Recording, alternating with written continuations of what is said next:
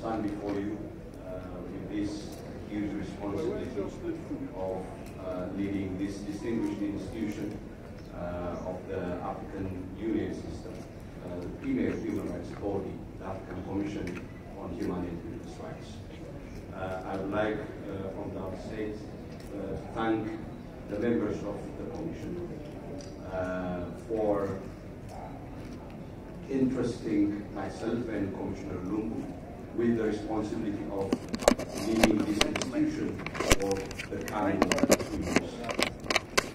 I would like to express special thanks and gratitude to the outgoing chairperson of the African Commission on Human and People's Rights, Her Excellency Honorable Soyata Maiga, for the work that has been well done and for steering this commission for the past 2 years to a higher level that this commission has achieved. Honorable Soyata Maiga, thank you so very much for your service to this commission, and indeed congratulations to you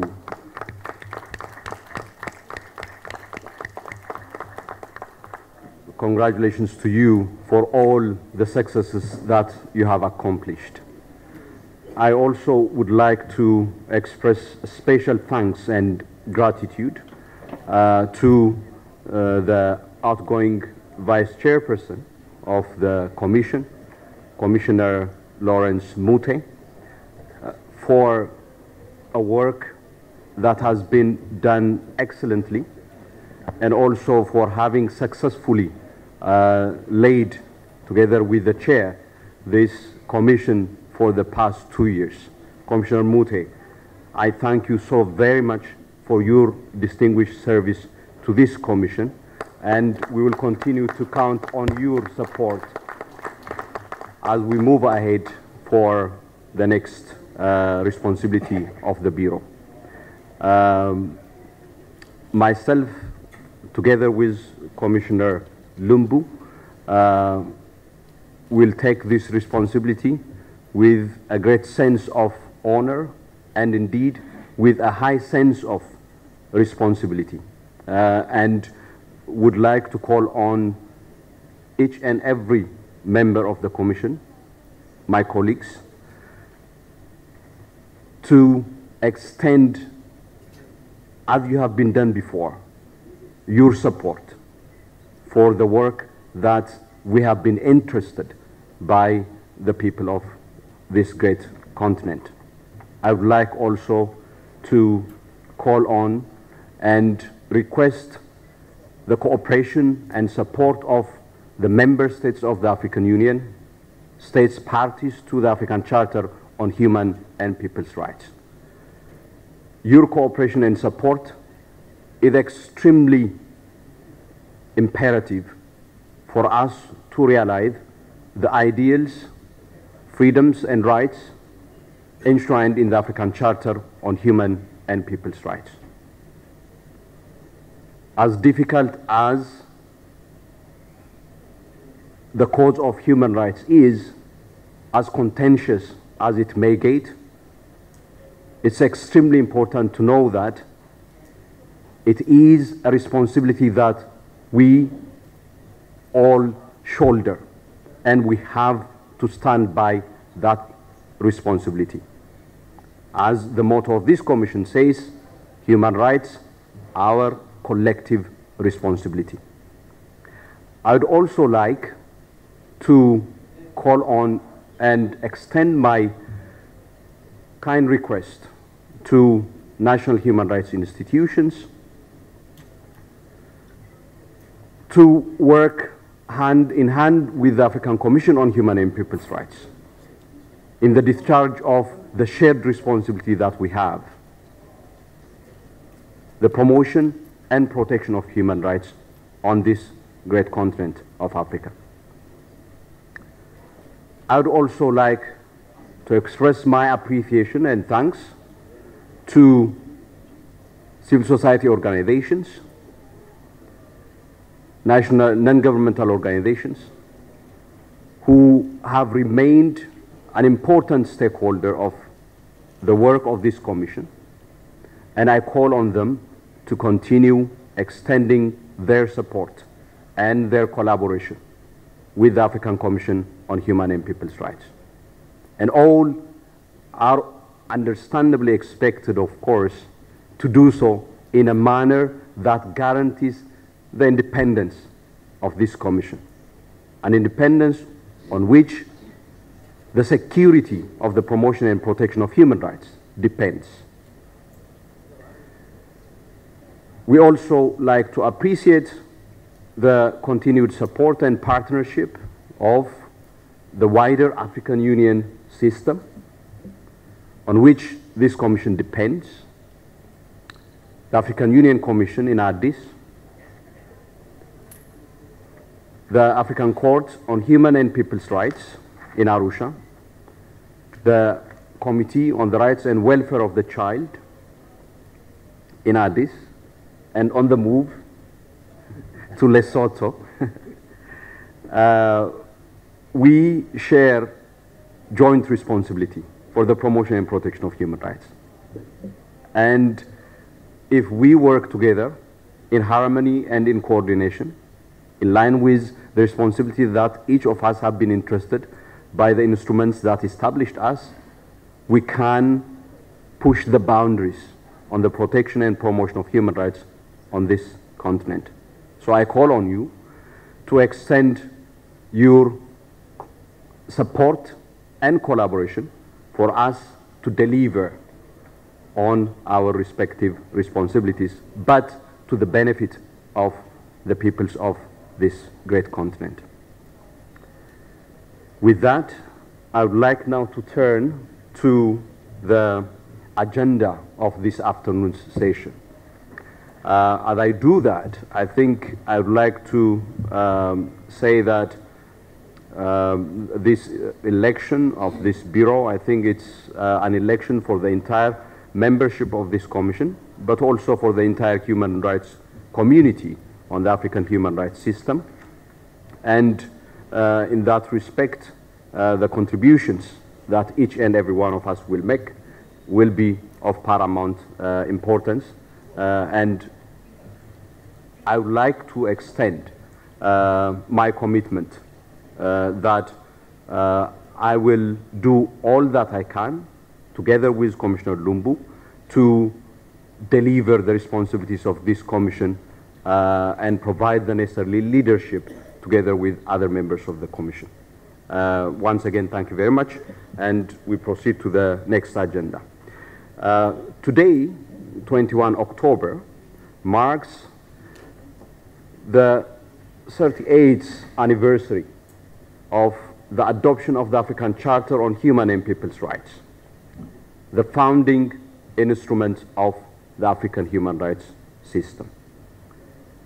It was on this day in 1981 that this landmark instrument that overcome the divisions between civil and political rights and economic and social cultural rights and brought together all the so-called three generations of rights have been adopted.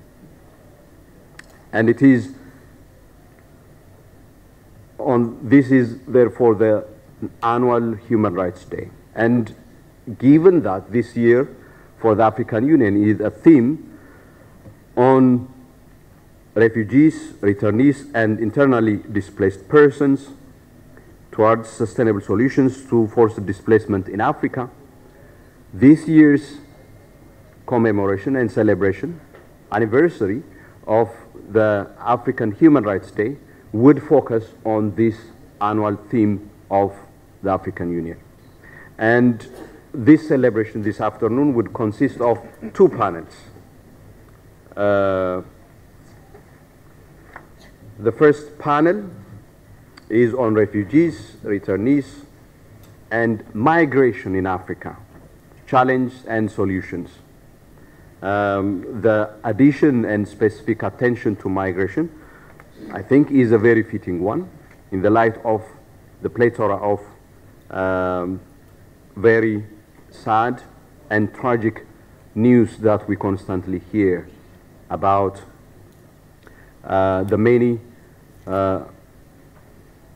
young and not so young, women, men, and children who end up in very difficult situations of being trafficked, being in a state of detention, enduring untold levels of violations of human rights.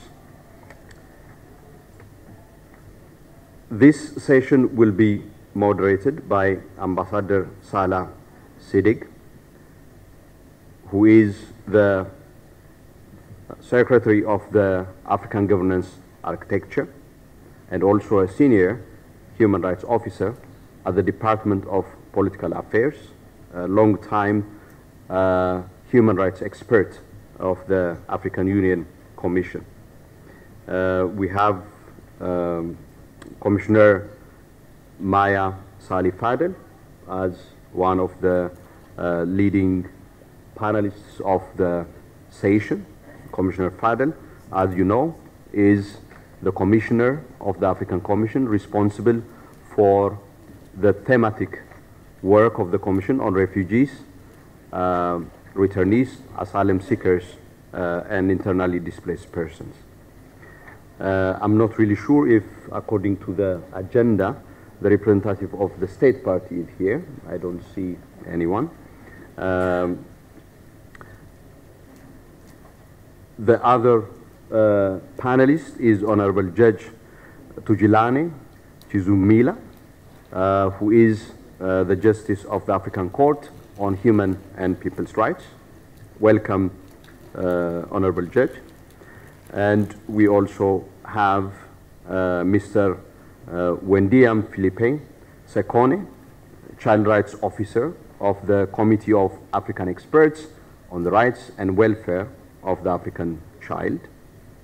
Welcome, Mr. Sekone. And we also have Mr. Heskeha Abuya, Senior Regional Protection Advisor to the UN Special Rapporteur on Human Rights of IDPs. With that, I would now hand over to Ambassador Salah, I think, to make the opening remark and also to moderate this panel. Thank you very much. First of all, let me begin on behalf of Her Excellency Commissioner for Political Affairs by congratulating Your Excellency, Chairperson of the African Commission on Human and People's Rights, and Your Excellency, Vice Chair of the African Commission on Human and People's Rights, and wish you, along with all members of the Commission and the Secretariat, all the best of wishes for the next 2 years of your service to the promotion and protection of human and people's rights in Africa.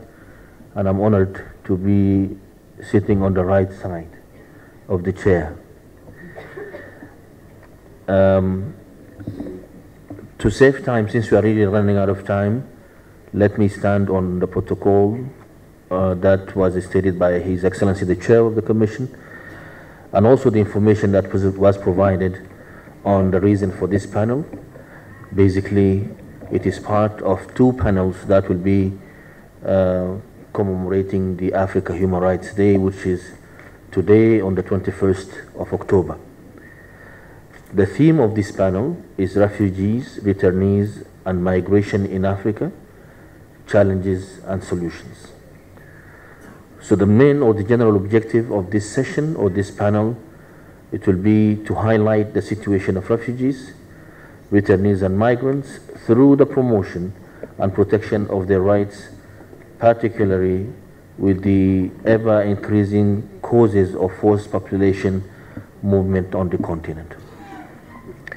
There will be a number of specific objectives for this session. Among them is to draw the attention of our member states to the human rights situation of internally displaced persons, refugees, returnees, and migrants in Africa, and reiterate the need to ensure their protection and the implementation of provisions of refugees, of the Refugee Convention and also the Kampala Convention on IDPs by member states, that have not yet done so. Also, in addition to that, the panel will focus as part of the specific objectives to strengthen synergy between member states and relevant AU organs and partners with a view to fulfilling the rights of refugees, returnees, and displaced persons in Africa.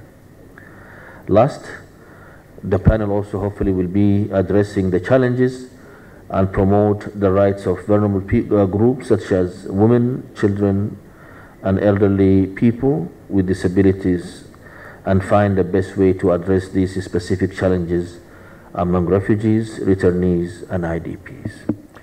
So we'll begin by giving time to our panelists, and the time will be specific and precise so we can try to benefit from what is left for us as part of this, the time allocated for this panel. And then we will open the floor for general discussion. Our first panelist is Honorable Maya Fadel, Commissioner of the African Commission on Human and People's Rights, and she will be focusing in her presentation on an overview of the situation of forced population movements in Africa, role of the African Commission on Human and People's Rights. Madam Commissioner, you have the floor and you have 10 minutes, please. Thank you very much. Merci, Monsieur l'ambassadeur Salah Ahmed. Effectivement, je voudrais quand même rappeler le fait que cette année, l'Union africaine a consacré l'année 2019 aux réfugiés, aux personnes déplacées à l'intérieur de leur propre pays et aux rapatriés. Il faut dire qu'au cours de cette année, l'Organisation de l'Unité africaine a eu à organiser de nombreuses activités pour célébrer tout d'abord le 50e anniversaire de la Convention, de l'adoption de la Convention. Donc je disais que l'Union africaine, qui a consacré l'année 2019 aux réfugiés, aux personnes déplacées à l'intérieur de leur propre pays et aux rapatriés, cette organisation a également émis le vœu de célébrer deux événements importants. Tout d'abord, le 50e anniversaire de l'adoption de la Convention de l'OUA régissant les aspects propres ou spécifiques des problèmes des réfugiés en Afrique, dite Convention de l'OUA sur les réfugiés, ainsi que le 10e anniversaire de l'adoption de la Convention de l'Union africaine de 1969 sur la protection et l'assistance aux personnes déplacées à l'intérieur de leur propre pays, anniversaire qui coïncide avec la date du 23 octobre, puisque dans 2 jours, effectivement, il s'agit de célébrer également la Convention de Kampala. Je rappellerai également, et ça a été rappelé ce matin par l'ambassadeur Salah, c'est qu'en juillet 2018, notamment la session de la conférence des chefs d'État et de gouvernement à Nouakchott, les gouvernements ont déclaré justement que l'année 2019 sera l'année dédiée aux déplacements forcés en Afrique. Et le lancement a été fait officiellement au mois de février 2019, dans le cadre de ce qu'on a appelé la déclaration sur le lancement du thème de l'année 2019. C'est à ce titre que je voudrais vous lire un extrait de cette déclaration qui renvoie à une préoccupation majeure des États africains.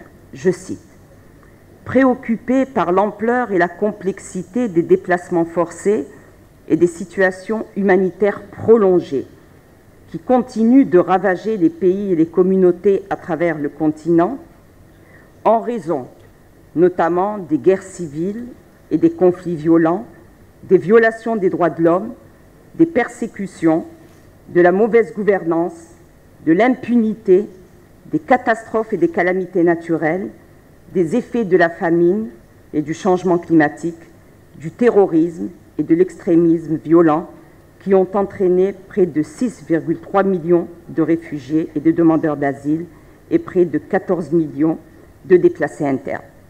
Je crois que cette préoccupation contenue dans la déclaration sur le lancement du thème résume grandement les différents défis qui se posent à l'heure actuelle à l'Afrique. Lorsqu'on aborde la situation des mouvements forcés ou des déplacements forcés en Afrique, il faut renvoyer tout d'abord à une analyse des différents parcours migratoires. En Afrique, nous avons 3 catégories de parcours migratoires. Tout d'abord, celui qui pousse des populations à quitter leur pays, donc à franchir des frontières, pour acquérir la qualité, je dirais, de demandeurs d'asile ou de réfugiés. Deuxième parcours migratoire, il s'agit du parcours migratoire également qui pousse des populations à quitter leur territoire d'origine, pour franchir également des frontières, pour des raisons économiques. Et nous sommes alors dans la catégorie des migrants économiques. Enfin, troisième catégorie de parcours migratoire en Afrique, il s'agit de ceux qui, forcés de se déplacer, ne vont pas quitter leur territoire d'origine, mais vont quitter leur lieu de résidence habituel pour s'installer dans une autre localité, peut-être beaucoup plus sécurisée. L'extrait que je vous ai présenté, comme je l'ai dit, résume tout d'abord 2 caractéristiques des déplacements forcés en Afrique. Tout d'abord, l'accroissement ou l'ampleur de ces déplacements forcés. Deuxièmement également, la longévité. C'est-à-dire que lorsque on se déplace en Afrique, on sait à quel moment on va se déplacer, soit en qualité de demandeur d'asile, de réfugié, de déplacé interne, mais on ne sait pas à quel moment, effectivement, cette vulnérabilité va cesser. Donc 2 caractéristiques importantes qui ont été largement débattues au sein de l'Union africaine, l'ampleur des déplacements forcés et le fait de s'inscrire dans le long terme. Je dis que ce sont 2 caractéristiques très importantes qui ont été débattues, notamment lors de la consultation continentale qui a eu lieu le 20 juin 2019, d'ailleurs à Addis Abeba, lors de la célébration de la journée du réfugié, et qui a permis aux différents acteurs présents lors de cette consultation de revisiter la Convention de l'OUA sur les réfugiés, de réfléchir également aux causes de ces déplacements et surtout s'interroger sur ce que pourraient être les solutions durables. Donc voilà le contexte dans lequel s'inscrit la célébration de l'année 2019. Au-delà de ces 3 parcours migratoires, les causes sont également importantes. Les causes, nous les avons vues, les guerres civiles, les conflits violents, les violations des droits de l'homme, les persécutions, la mauvaise gouvernance, les conditions socio-économiques déplorables, viennent s'ajouter également les catastrophes naturelles ou encore les calamités naturelles, les effets du changement climatique, qui est une donne également sur laquelle nous allons nous pencher, le terrorisme, l'extrémisme violent. Donc voilà résumé les causes principales qui poussent les populations à se déplacer en Afrique.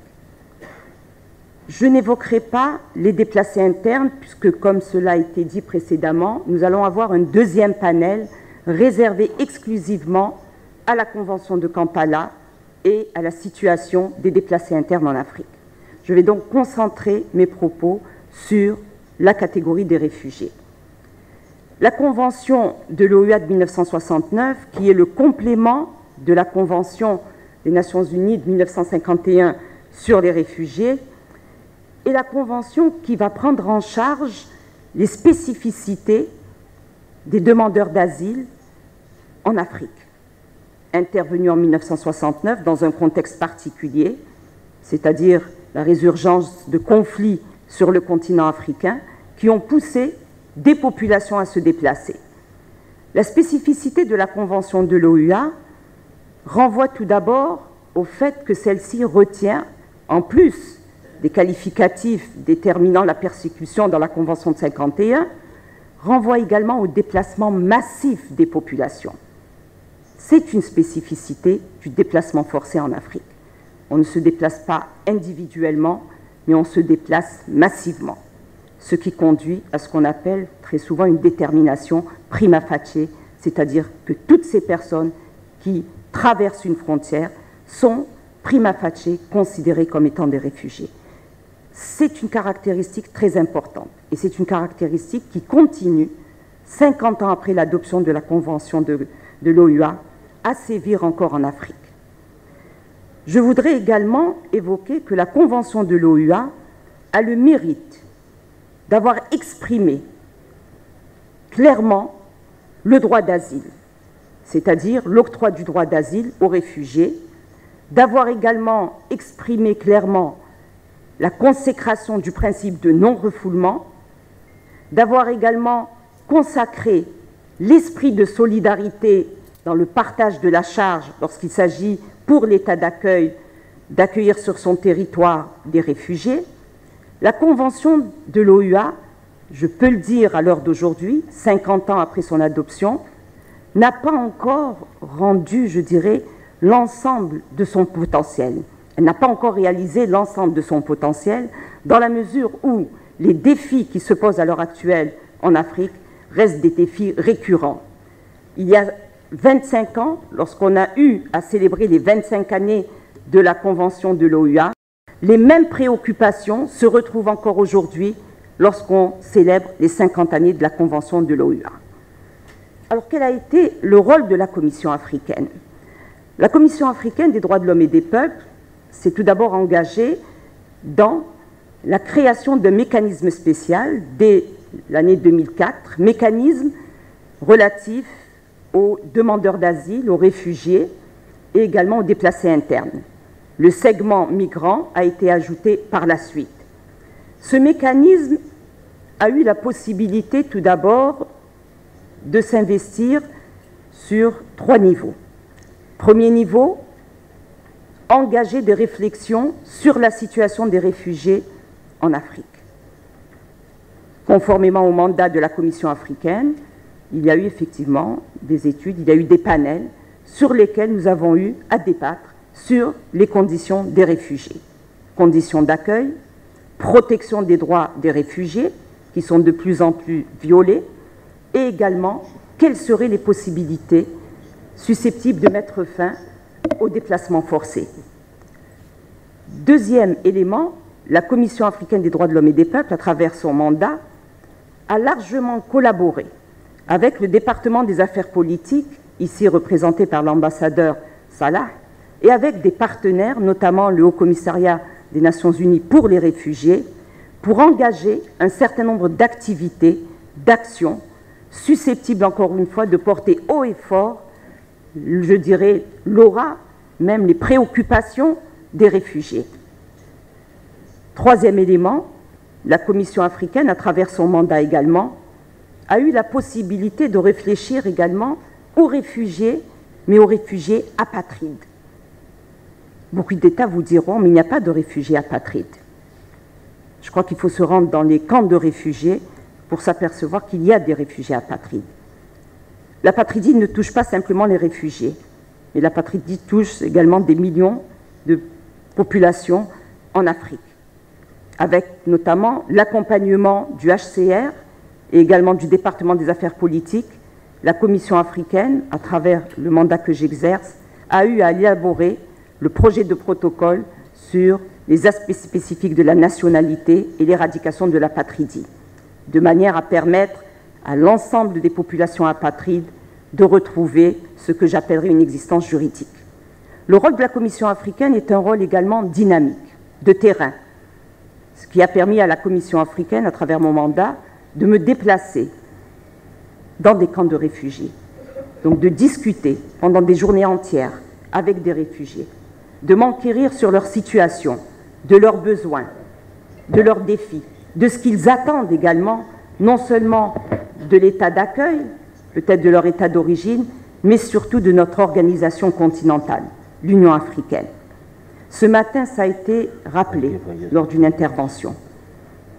Il faut se rendre dans les camps de réfugiés pour s'imprégner de la situation dramatique, je dirais lamentable, dans laquelle vivent ces réfugiés. Commissioner, sorry, we are running out of time. Oui, yes. Merci. 2 minutes. Pour dire également que lorsqu'on réfléchit, et c'est le 3e segment de mon intervention, aux solutions durables, quelles sont-elles? Les solutions durables, ce serait soit le retour volontaire dans le pays d'origine, ce qui reste très difficile à accomplir à l'heure actuelle, lorsqu'on sait que lorsque le conflit a éclaté dans un pays et que ce conflit a poussé à des déplacements forcés, il est parfois très difficile pour des réfugiés de revenir dans leur pays d'origine dès lors où la sécurité, la paix et la stabilité ne sont pas encore, je dirais, une effectivité. À ce titre, je voudrais quand même souligner le fait que, dernièrement, des réfugiés du Burundi, sur la base du retour volontaire, ont pu revenir dans leur terre d'origine, le Burundi. Autre solution, susceptible également de servir l'intérêt des réfugiés, il s'agit de l'intégration locale.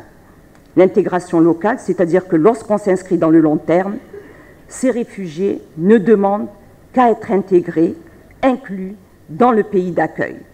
Et sur ce, je voudrais souligner que de nombreux États, à l'heure actuelle, pratiquent la politique de l'intégration, poussant même à la naturalisation. Enfin, troisième solution, qui est parfois un peu plus difficile, il s'agit de la réinstallation dans un État tiers. L'Union africaine, et je termine, Monsieur l'ambassadeur, l'Union africaine, lors de la consultation continentale du 20 juin, a eu à discuter largement de ces solutions durables. Et à travers les débats, nous avons eu à avoir des engagements de la part des États pour aborder la question des solutions durables dans le cadre de l'effectivité, de l'efficacité et surtout de la protection des droits des réfugiés. Je sais, Monsieur le Président, il y a encore beaucoup de choses à dire sur les réfugiés, mais je pense que je reviendrai par la suite. Merci. Thank you very much. Thank you very much, Commissioner Maya Fadel. Now we'll move quickly to my dear colleague, Philip Sikoni from the Secretariat of the African Committee of Experts on the Right and Welfare of the Child. Sikoni, you have 1 minute. Oh, sorry, you have 10 minutes. Thank you. Merci beaucoup, ambassadeur. J'espère que je vais pouvoir rester dans les 10 minutes et après peut-être référer les participants en fait à l'étude que je vais présenter.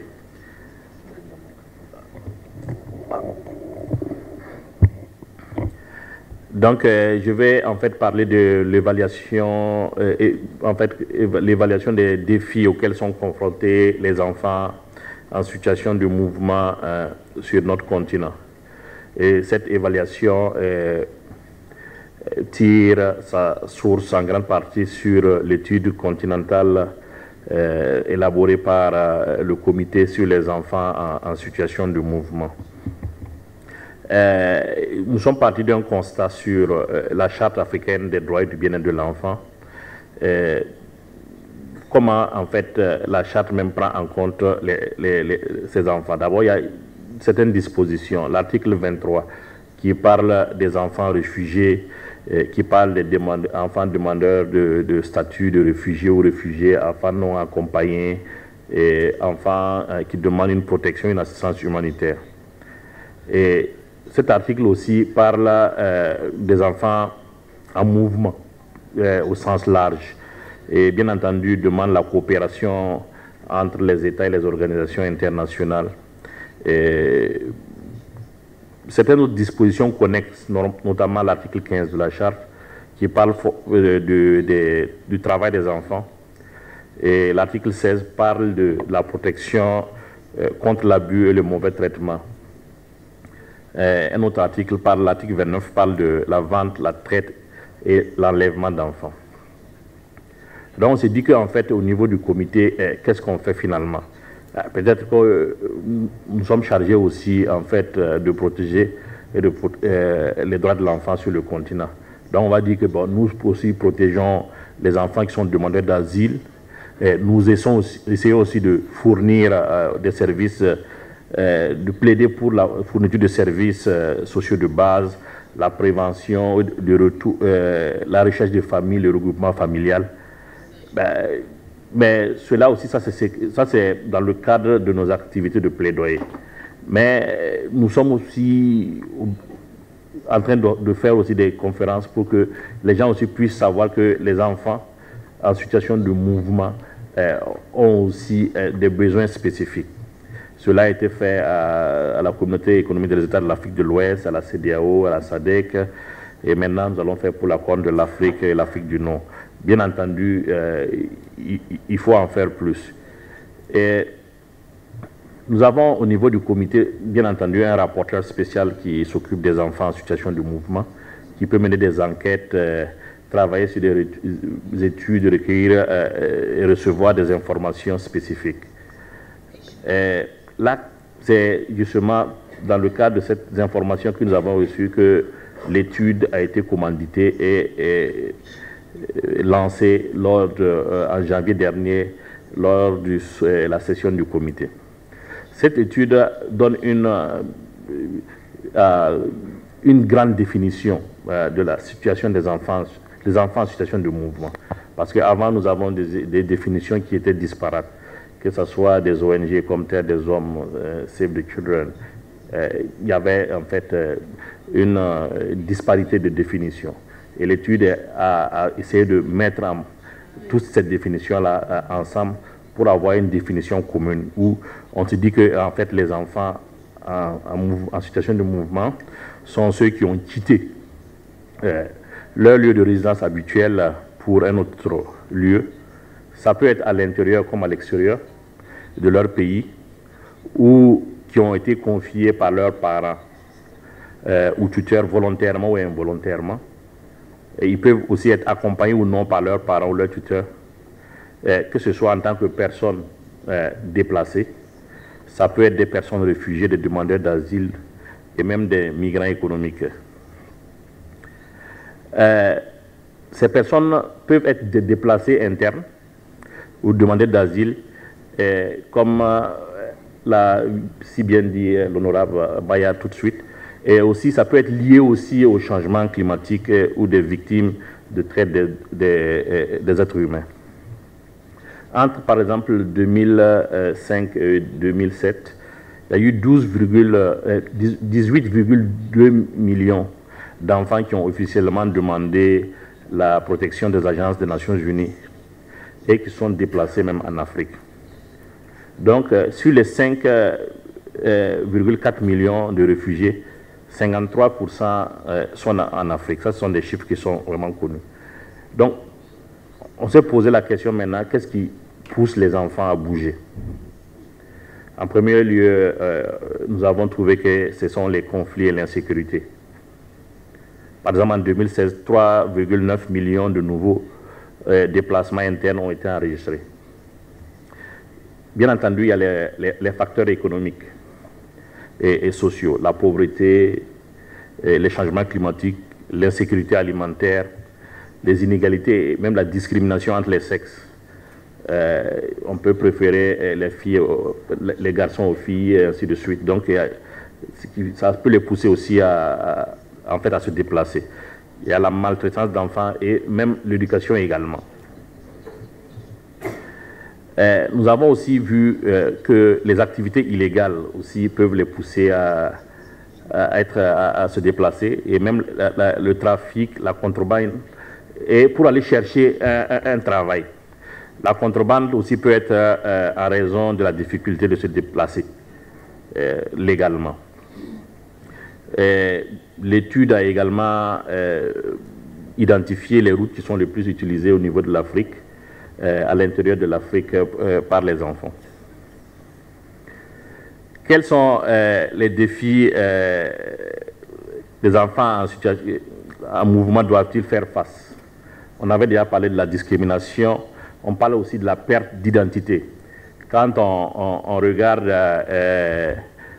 au niveau de la commissaire, l'honorable Maya venait de parler de l'article, en fait le commentaire général aussi qu'on nous aussi on avait lancé sur l'article 6, le droit à la nationalité. Donc ça peut être une perte d'identité, le nom et la nationalité.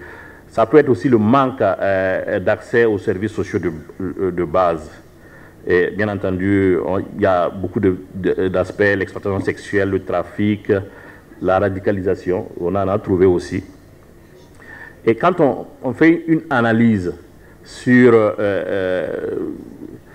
le cadre on met en évidence un certain nombre de problèmes qui résultent de la faiblesse des cadres juridiques institutionnels. Il y a ce qui est faible, mais en fait, des efforts ont été entrepris. Et il y a ce qui nécessite vraiment une attention particulière. Ce qui est faible, il y a l'enrichissement des naissances. Ça, beaucoup de pays ont fait des efforts dans ça. Il y a le travail des enfants, la traite et le travail des enfants, et l'accès à l'éducation et à la santé.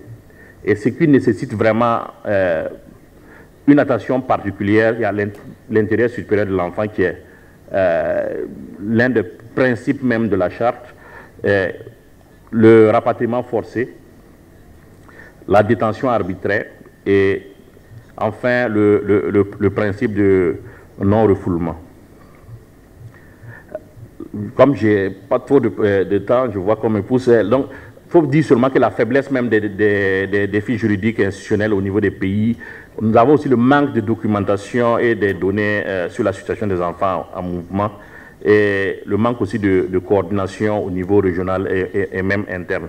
Donc, les principales recommandations de cette étude, c'est quoi? C'est-à-dire que les mesures politiques et autres mesures législatives visant à protéger les enfants en situation de mouvement et à leur fournir un accès aux services sociaux de base, juste services sociaux de base, l'éducation, l'enrichissement à la naissance et même la santé. Il faut aussi que ce soit des mesures qui sont transnationales, par exemple des agences qui s'occupent des enfants pour garantir les droits de l'enfant à être protégés et que les problèmes administratifs, par exemple, qui sont liés aux différentes approches en matière de processus d'immigration ne conduisent pas à des violations de ces enfants en situation de mouvement. On peut prendre par exemple des politiques régionales communes et coordonnées pour l'administration des questions relatives à la migration. Il y a aussi en fait comment prévenir la séparation. Il faut donner à l'enfant une protection de remplacement si ses parents ou ses tuteurs ne sont pas avec lui dans le cadre de cette migration. Et coordonner avec des agents d'immigration, des services de détection de répression, des questions relatives aux droits de l'enfant. Ça veut dire que les États de transit et de destination doivent veiller à ce que les enfants non accompagnés bénéficient des structures dans 2 minutes, des structures d'accueil, et pour donner une vie autonome et supervisée à l'enfant pour le permettre de s'intégrer dans une communauté. Bien entendu, il y a notre processus de rapport des États, que lors de ces rapports-là, que des informations détaillées sur les enfants en situation de mouvement soient contenues dans les rapports. Et tantôt, on parlait de la coordination régionale. La coordination régionale existe au niveau de la SADC, qui a lancé par exemple en 2005 un plan d'action régional pour faire face à la migration mixte dans la région.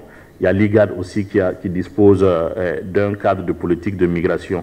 Et bien entendu, dans tout cela, il faut qu'il y ait une coopération bilatérale et multilatérale. Et enfin, pour les partenaires, l'étude recommande encourage vraiment les agences à enregistrer toutes les données en fait, pertinentes sur les enfants et fournir un appui technique au comité pour qu'il entreprenne des études de protection et de promotion de l'enfant, en particulier en s'attaquant aux problèmes de données sur les droits de l'homme. Et je finis avec ça. Partager aussi les données, parce que souvent on voit que les données, on les collecte, mais on ne les partage pas. Et pourtant, pour faire de très bonnes analyses, on a besoin de données. Donc, partager les données, en fait, pour que au niveau même du comité, on puisse combler les lacunes en termes de données, donc avec le partenariat avec la société civile. Je vous remercie. Merci beaucoup, M. Phillips. We'll now move to the third panelist, that is our dear brother Hezekiah, and he will be talking about his strategies to address the challenges and promote the rights of vulnerable groups among refugees, returnees, and displaced persons. So far, we don't have any winner among the panelists for keeping the time, for the box of chocolate provided by the chairperson of the commission. but hopefully the rest of the panelists among them will have one winner, or if not the two of them. Thank you. Thank you, Ambassador. Just to say, I mean, I think it's a great honor for the African Commission on Human and People's Rights to have this event, which coincides with the theme of the year on refugees, returnees, and IDPs, and efforts by member states on finding sustainable, durable solution. I think this is it is a critical issue, and I think at this point, being in Banjul, I'm privileged to say that it's a bit disturbing when you have 7 million refugees in the continent.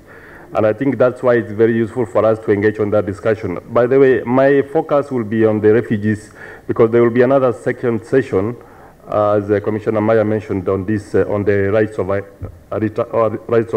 IDPs. So I'll focus on the refugees and also on the situation regarding the refugees and efforts by basically on suggestions of what could be done to address some of those challenges. We have, as I said, Africa hosts now 7.4 million refugees. I think most of them, as we all know, have fled from their country of origin or habitual place of residence as a result of persecution or fear of persecution, or as a result of war. And this is what we know is already happening. I'm not sure that in the midst of development, you can also use this as an indicator whether we are making progress or not. If there is continued human rights violation, this will have an impact in terms of achieving the AU Vision 2063, any other target that we want. So it's good and important for us to really discuss and address some of these issues. Now, regarding the challenges, it is indeed, of course, a challenge when you have families displaced, husband, wife, and children displaced, and as we all know, that majority of the refugees are mainly women and children, extremely vulnerable. But we should also not forget that we also have elderly people who are hardly, being factored in when we discuss on issues to do with how best we can engage and assist them to find a durable solution. Refugees have a right to seek and enjoy asylum. This is clearly articulated under Article 14 of the Universal Declaration of Human Rights, and Article 11 of the Article 2 of the 3 of the OU Convention. Now, the African member states already have adopted this, the OU Convention. This was 1969. I think what we need to encourage in terms of addressing some of these challenges is to encourage domestication of the convention. It's one thing to ratify, but it needs to be domesticated. We need to have a Refugee Act in place.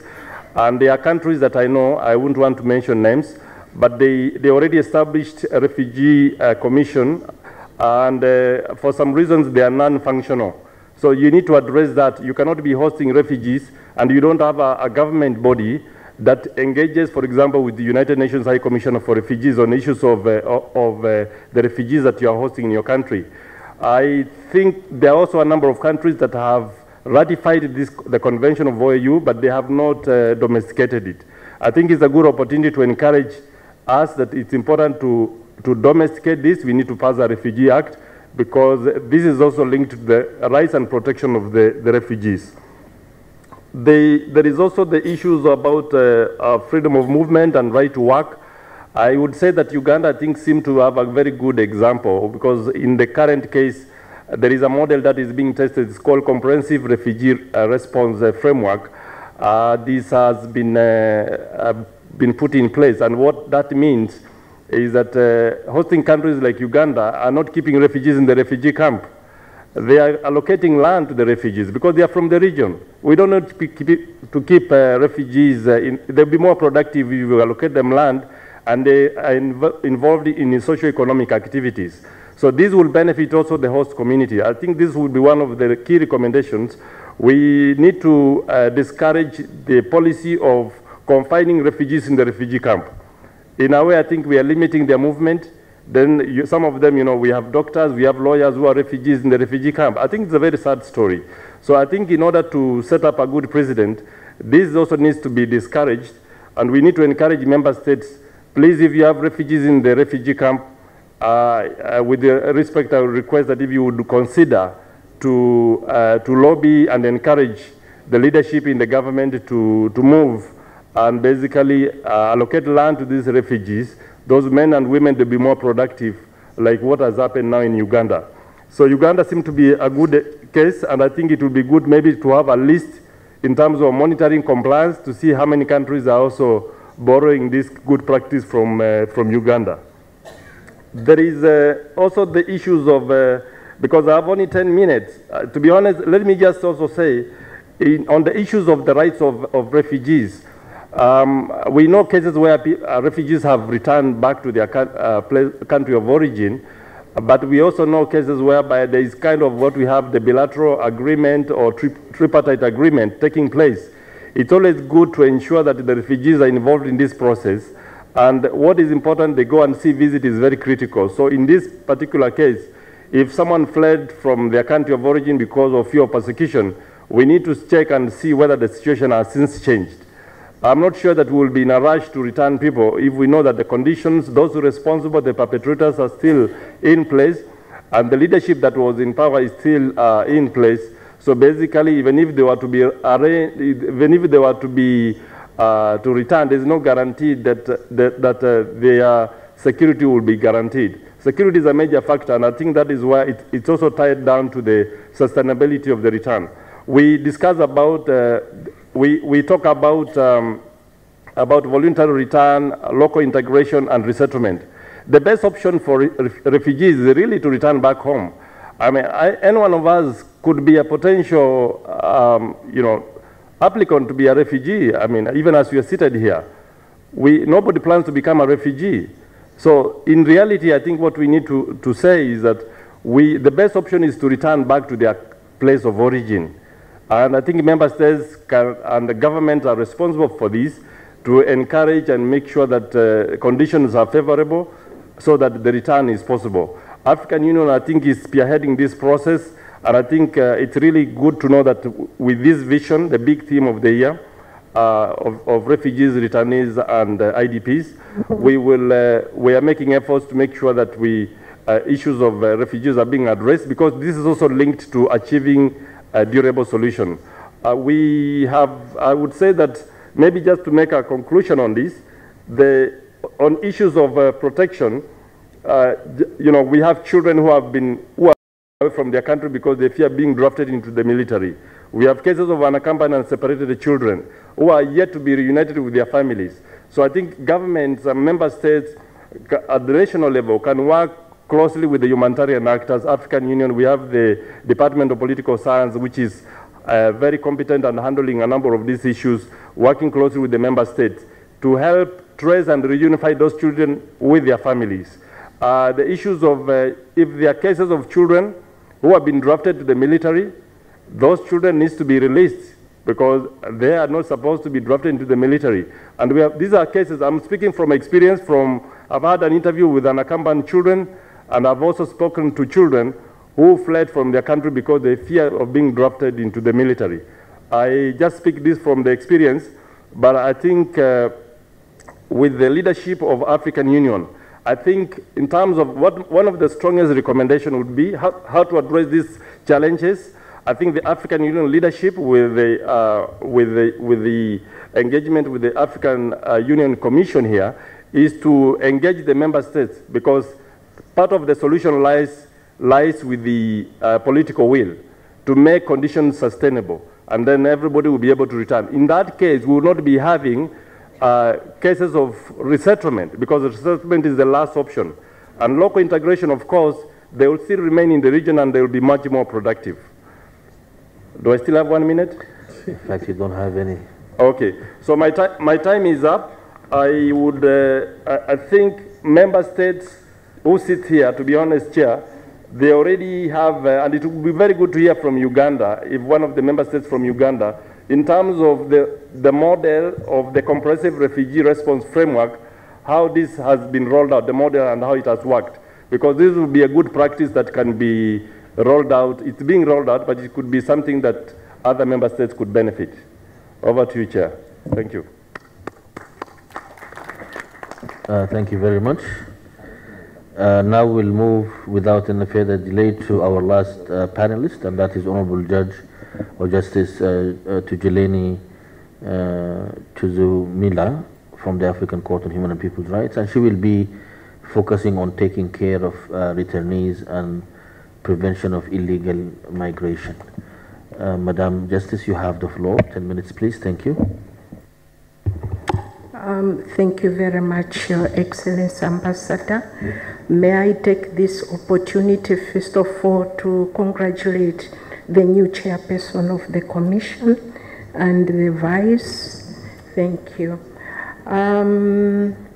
Excellency, my job has been made very easy by the speeches we had this morning and the colleagues seated here with us, because they have spoken to this topic of mine. So my job, frankly speaking, is not to talk about all the conventions, the treaties, and so forth, but to share two experiences of children who became refugees at the age of 12 for the girl, and at the age of 18 for the boy, and then continue with their experiences when they returned back home as returnees. And through these two stories, we will now see what the government of their country did to the returnees that came back in mercy. I will start with two questions. My first question is, do we have a shortage of treaties on these topics or these issues? And the second question is, does a child born today in 2019 have better perspectives to a child born 50 years ago? And here we are looking at the OAU Convention. Is there any difference between the two? The girl was in 1964 aged 11 when the country became independent, and her father was sent to the UN as one of the first group of diplomats for the country.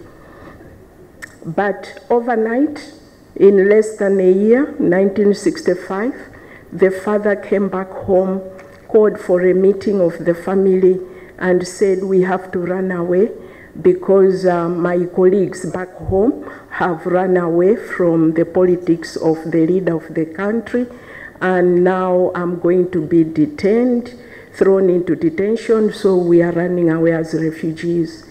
For the 11, 12-year-old girl, she had no clue with her younger sibling what a refugee ship meant and what life was going to become after that.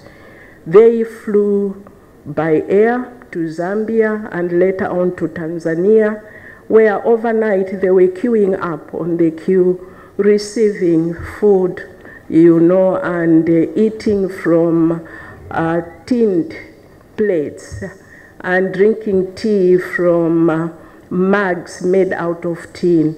And you know, those are really hot when you take tea from those ones. And then the girl kept on seeing her mother crying every single day. Life was not the same, sleeping on the floor. The government gave them very good housing, beautiful flats that were built. And when she asks Tanzanians about those flats, most Tanzanians don't know the history of those flats.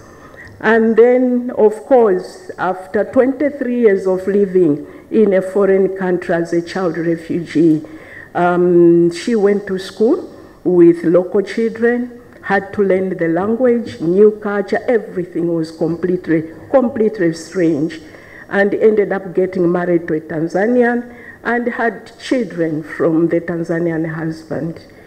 A divorce came by, and she decided to go back home before the change of government. She believed that the politics was for her father, not for her. The first time she landed at the airport, the immigration officer looked at her passport. She had changed her citizenship to a Tanzanian. He threw it into her face and said, do you have to get married to foreigners? What's wrong with you Malawian women? Aren't we Malawian men enough for you? The girl just looked at him, picked the passport, moved on. Later on, when she decided to now take up her citizenship, what happened was after the divorce, she decided to take up her former nationality, and she was given a one-way documentation to enable her to cross the borders from Tanzania to her country. And she had all these hopes and dreams that she was going to get her passport from her national passport back.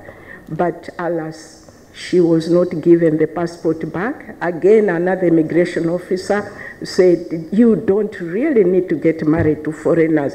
So I'm not giving you your passport to teach you a lesson. You women, you need a lesson. For 6 years, she did not get her passport. So her rights to citizenship, rights to marriage were all affected. Worse still, her children one day received a letter, 24-hour notice of prohibited immigrants.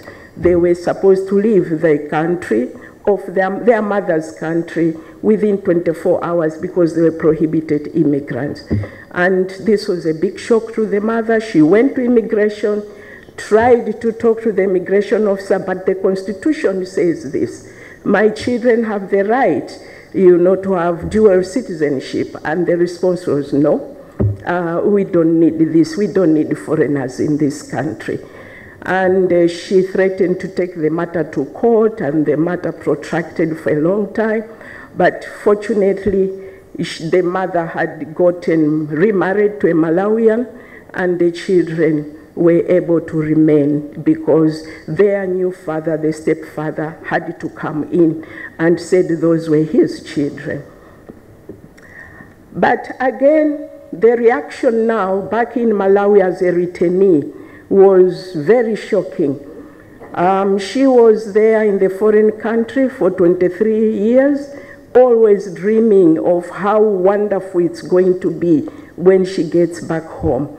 Suddenly she meets this cold confrontation from relatives who felt that they had been left behind to suffer because of her father.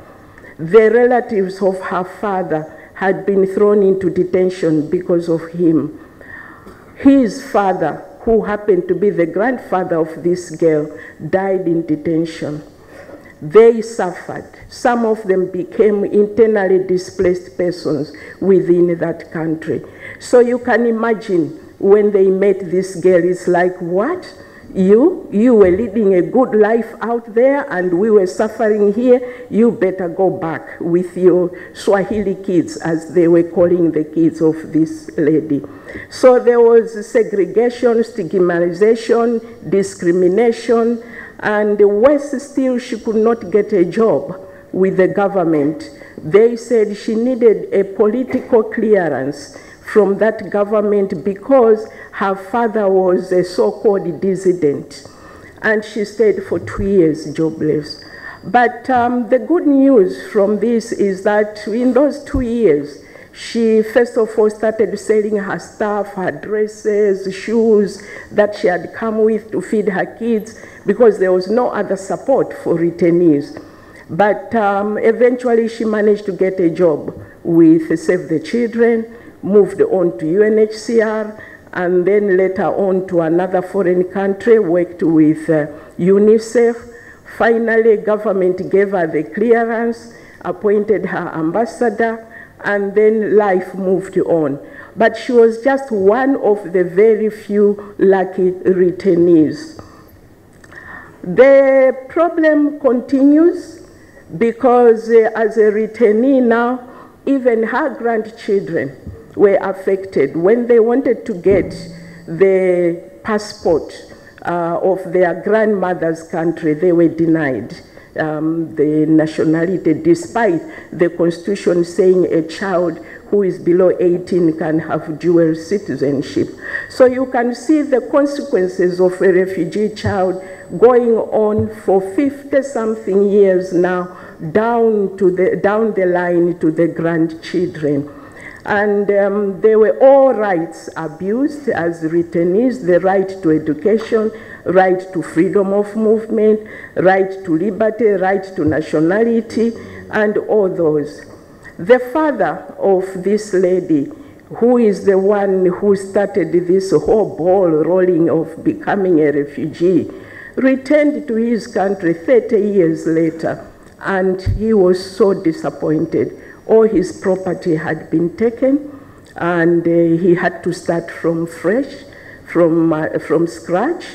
He was a professor in the country of Tanzania, but the universities in Malawi said they did not recognize his professorship, and he remained a pauper. He died last year, a very, very sad man, and always telling his daughter, please take me back home.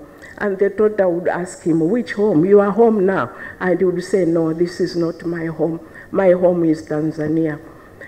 The second story is that of... Honorable Justice? Yes, 3 minutes. Your time. 3 minutes? Okay. Yeah. Is of a young returnee.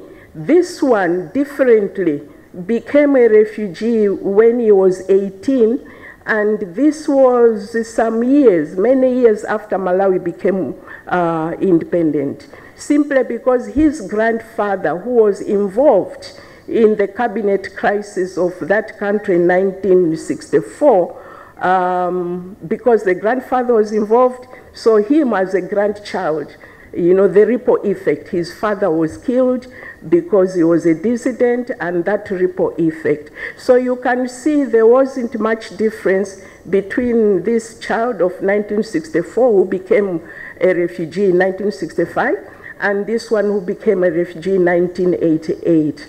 Now, the country is Malawi, and the girl I'm talking about happens to be none other but you're truly here speaking. Now I have 2 minutes remaining. When we came back as returnees, first of all, you are in a foreign country, you are always called a refugee. Then you go back home, you are called a returnee. You know, that name, that word returnee, is taken very negatively in the country of return. And you have no support. I saw my young brothers, you know, collapsing under psychological effects, psychological trauma. But those who were clever could not get jobs, so they established their own institutions. Those who were medical doctors established their own medical clinics. The need to establish a Truth and Reconciliation Commission was rejected, so there really wasn't that much support. A lot of people suffered, and people are still living with the need for healing and forgiveness, which hasn't been provided to until today. So in a nutshell, that was the taking care of returnees in my country was really not given much thought. Of course, a few were given 20,000 shillings when they came by the government to make them start life, which was like about $300–400, if I'm not mistaken.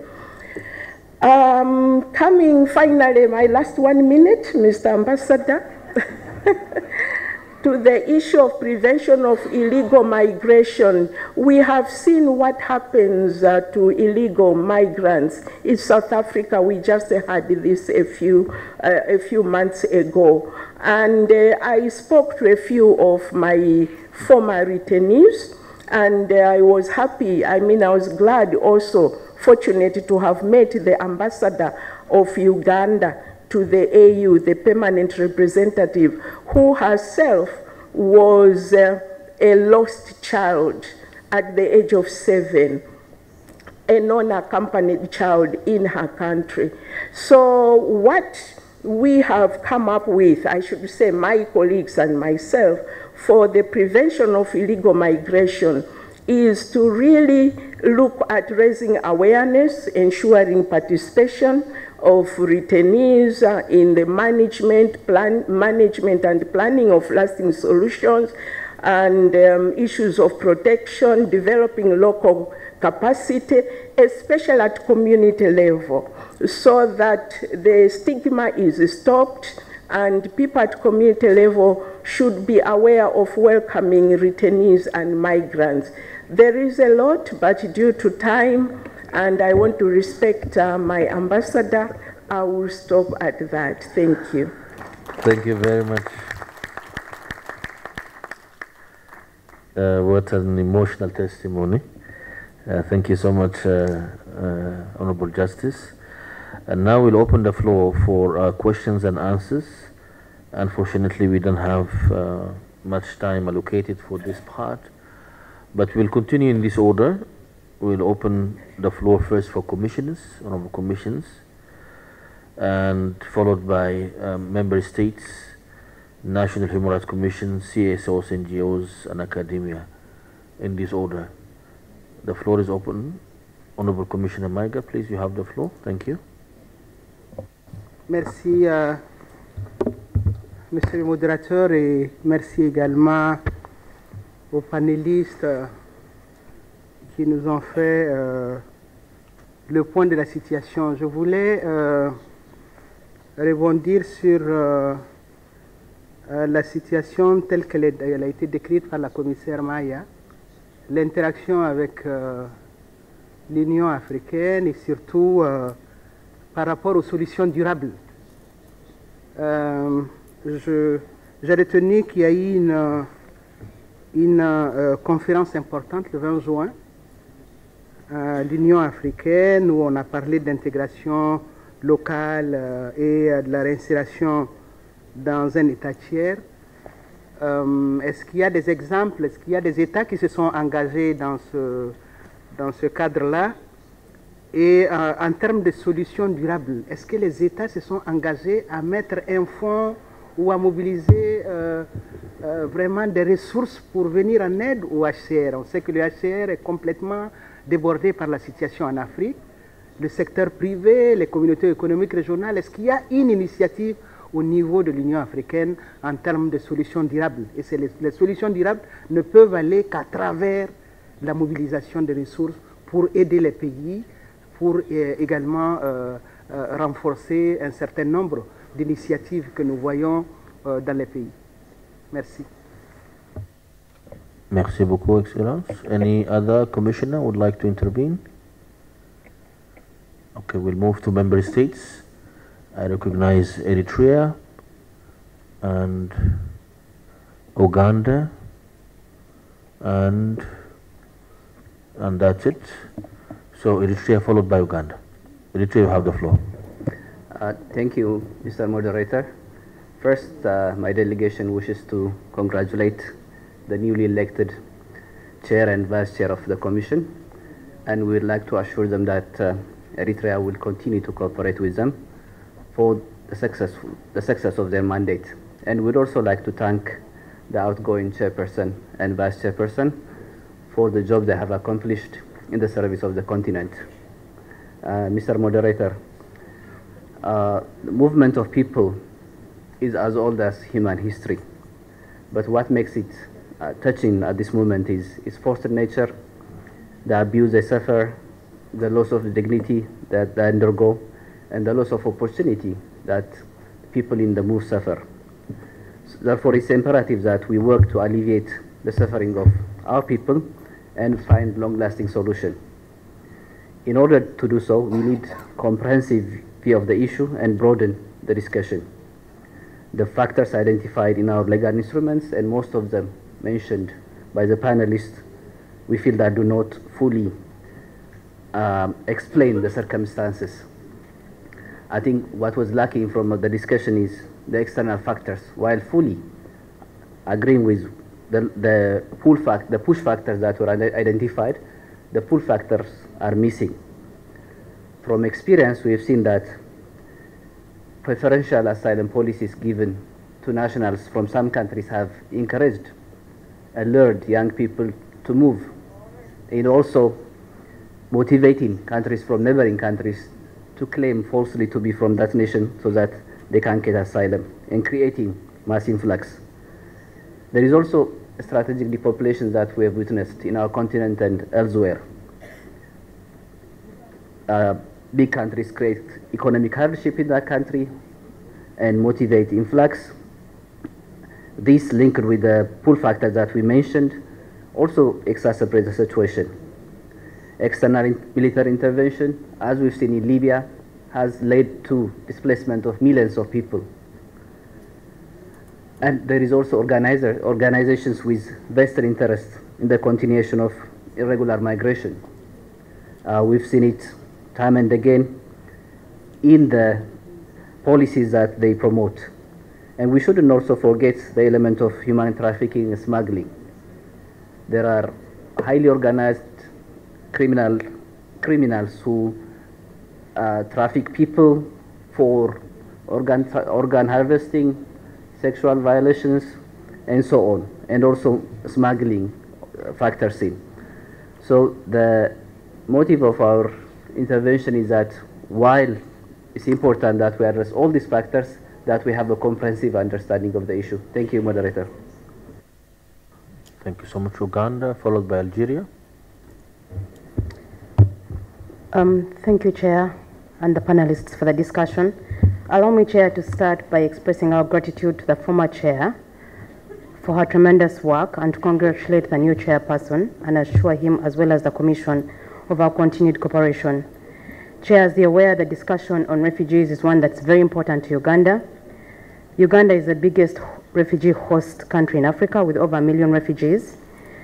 In Uganda, as already mentioned, refugees are integrated in our local populations and enjoy most of the rights that the locals do enjoy, perhaps apart from political rights, such as the right to vote. But also the government has streamlined and prioritized refugee issues by integrating them mainly in the national planning processes and under our development plans, such as the National Development Plan. We're also part of the countries, Chair, that are implementing the Comprehensive Refugee Response Framework. As already mentioned by one of your panelists, this framework provides a comprehensive as well as holistic approach to addressing the challenges that face not only the refugees, but also the communities that host them. This framework is really overseen by a steering committee that is chaired by the Office of the Prime Minister, but is also made up of representatives from all the ministries, civil society organizations, local communities, as well as development partners. As already mentioned, Uganda has a very progressive law on refugees. It has been mentioned before that our law is a good law, and we invite other countries to come and study our law. But also just to mention that Section 42 of that law, the Refugee Act, provides very comprehensively on the principle of non-refoulement for refugees, and also provides for access to justice and various other freedoms. With regards to access to justice, generally, Chair, I would like to say that the police has a refugee desk that has been set up to follow up on all investigations that are concerning refugees in the country.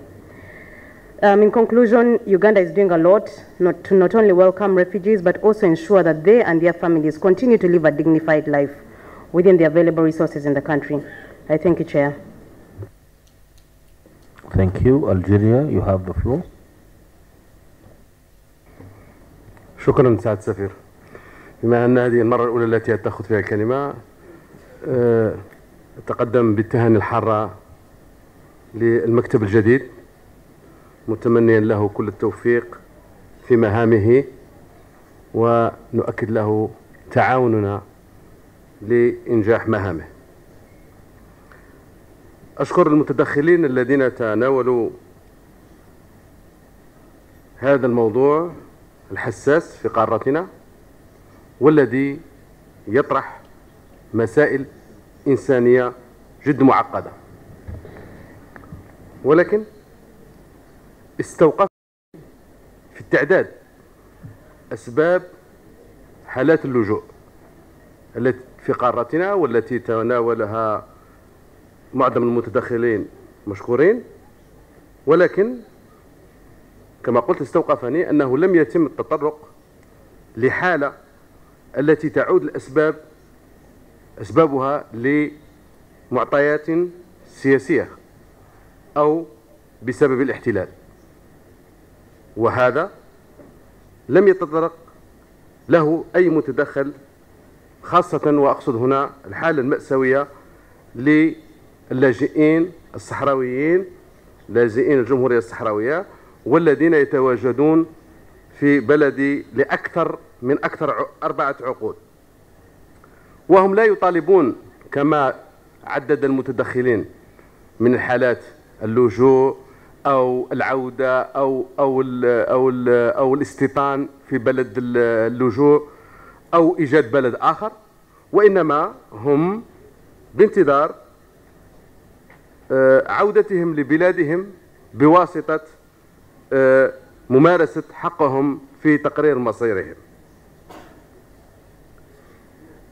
لا يخفى عليكم أن لجنتكم الموقرة قد قامت بزيارة لهذه المخيمات اللاجئين في السنوات الأخيرة، ووقفت على المعاناة في هذه المخيمات. فلا يمكن حسب نظري تجاهل هذه الوضعية الإنسانية لهؤلاء اللاجئين الذين، وينبغي هنا أن أذكر وأسطر عليها، الذين هم تحت الحماية القانونية للمفوضية السامية للأمم المتحدة للاجئين، فلا ينبغي والحالة هاته ألا نذكرهم. فهل يمكن للخبراء، وهنا يأتي سؤالي، فهل يمكن للخبراء أن يحدثونا عن معاناة اللاجئين الصحراويين وما تقوم به لجنة حقوق الطفل الإفريقي ورفاهيته من أجل الأطفال الموجودين في هذه المخيمات؟ وفي الختام أدعو لجنة حقوق الإنسان والشعوب الموقرة لإنجاز دراسة خاصة حول هذه الحالة اللاجئين الصحراويين، حتى يكون في متناول الخبراء والمشاركين والمتدخلين معطيات مدققة وموثوقة حول هذه الحالة. وشكرا جزيلا. شكرا جزيلا مندوب الجزائر. Now we move quickly to the National Human Rights Commissions institutions. Please be very precise in less than a minute if possible. I recognize South Sudan. No other request for South Sudan. Please go ahead. Thank you, Ambassador Salah. First of all, it's my privilege and honor to witness the leadership of the new Bureau in the persons of human rights defenders that I have known very much in their academic scholarship with regard to human rights and other related matters. And that is a great testimony that together we shall make a difference. Equally important is to applaud the previous leadership by Advocate Soyata Maiga for her steadfast dedication to implementing the mandate of the African Commission in line with the Agenda 2063. My question or comment is to remind the African Commission that the Republic of South Sudan is the third refugee crisis in the world after Syria and Afghanistan, and the largest refugee crisis in Africa. Many of you are pretty aware of that fact. As a result, I want to quickly follow up on some of the initiatives that have been taken care in the past, particularly our last third African Union Commission and the NANRI, which is Network of African National Human Rights Institutions Policy Forum in Addis Ababa, Ethiopia, where we have developed a plan of action on providing durable solution to post-displaced in Africa.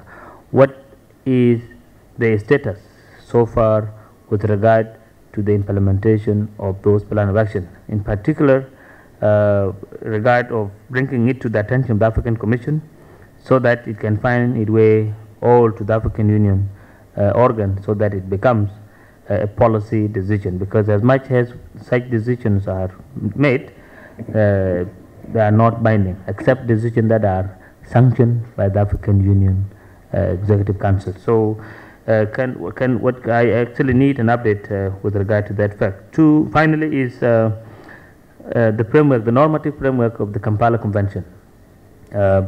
still South Sudan is the newest member state to ratify the Kampala Convention, and I would want to see the best practices that have already been adopted by previous member states that have nationally domesticate or implement the Kampala Convention, and so that we can be able to learn the best practice out of that. Thank you very much. Thank you. The floor is open now for civil society intervention, NGOs, academia, media, the press. We are done with member states. Unfortunately, we can't go back. We are now at the level of civil society, NGOs, academia, and the press. I don't see any intervention. Any request? Where? Please be very brief. Thank you. And please introduce yourself. Thanks. Do we have a mobile mic? Oh, okay, please go ahead. Je m'appelle Aldiouma Sissoko. Je suis le président du mouvement des réfugiés mauritaniens au Sénégal pour la défense des droits de l'homme. Et ça tombe bien parce que vous parlez de nous et donc vous devez nous écouter.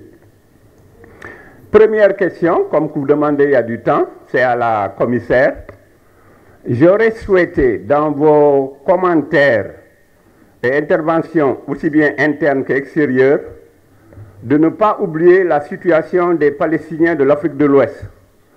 C'est le nom qui a été donné par Senen Adriano, un grand reporter malgache, aux réfugiés mauritaniens. Parce que madame et tout le monde doit le savoir, nous ne sommes pas réfugiés parce qu'il y a un conflit dans notre pays. Ça doit être très clair. Nous sommes réfugiés parce que notre pays, notre gouvernement nous a déportés. Parce que nous sommes des Noirs. Parce qu'ils nous accusent d'être des étrangers. Donc la déportation des réfugiés mauritaniens, qui est un crime odieux, je vous demande d'en parler comme source d'école. Le deuxième point, c'est l'inclusion. Nous sommes des réfugiés depuis 1989, et je pense bien que ce n'est pas 3 jours. C'est à travers la presse qu'on entend que cette année, c'est l'année dédiée aux réfugiés. Nous n'avons jamais été conviés à une rencontre.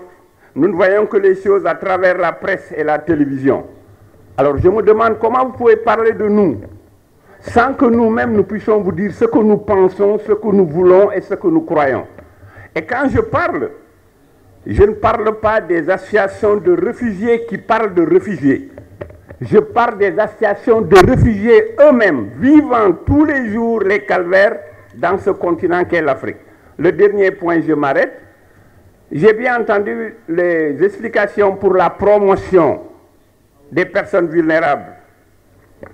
Mais moi, je pensais que ce n'est pas possible, parce que ce que je vous ai entendu dire m'impressionne.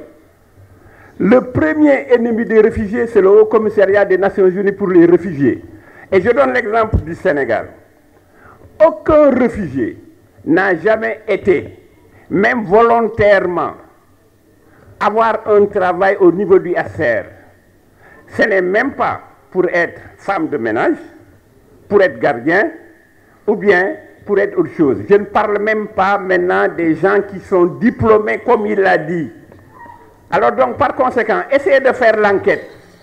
Au Sénégal, il n'y a aucun réfugié qui a été pris au niveau du personnel. Et Dieu sait, beaucoup de gens sont là, ils peuvent le prouver. Il y a beaucoup de réfugiés qui sont qualifiés. Je vous remercie. Merci beaucoup. Now we'll take the last intervention because we are really running out of time and it has to be less than a minute. Where is the lady? Yes, please. Madame.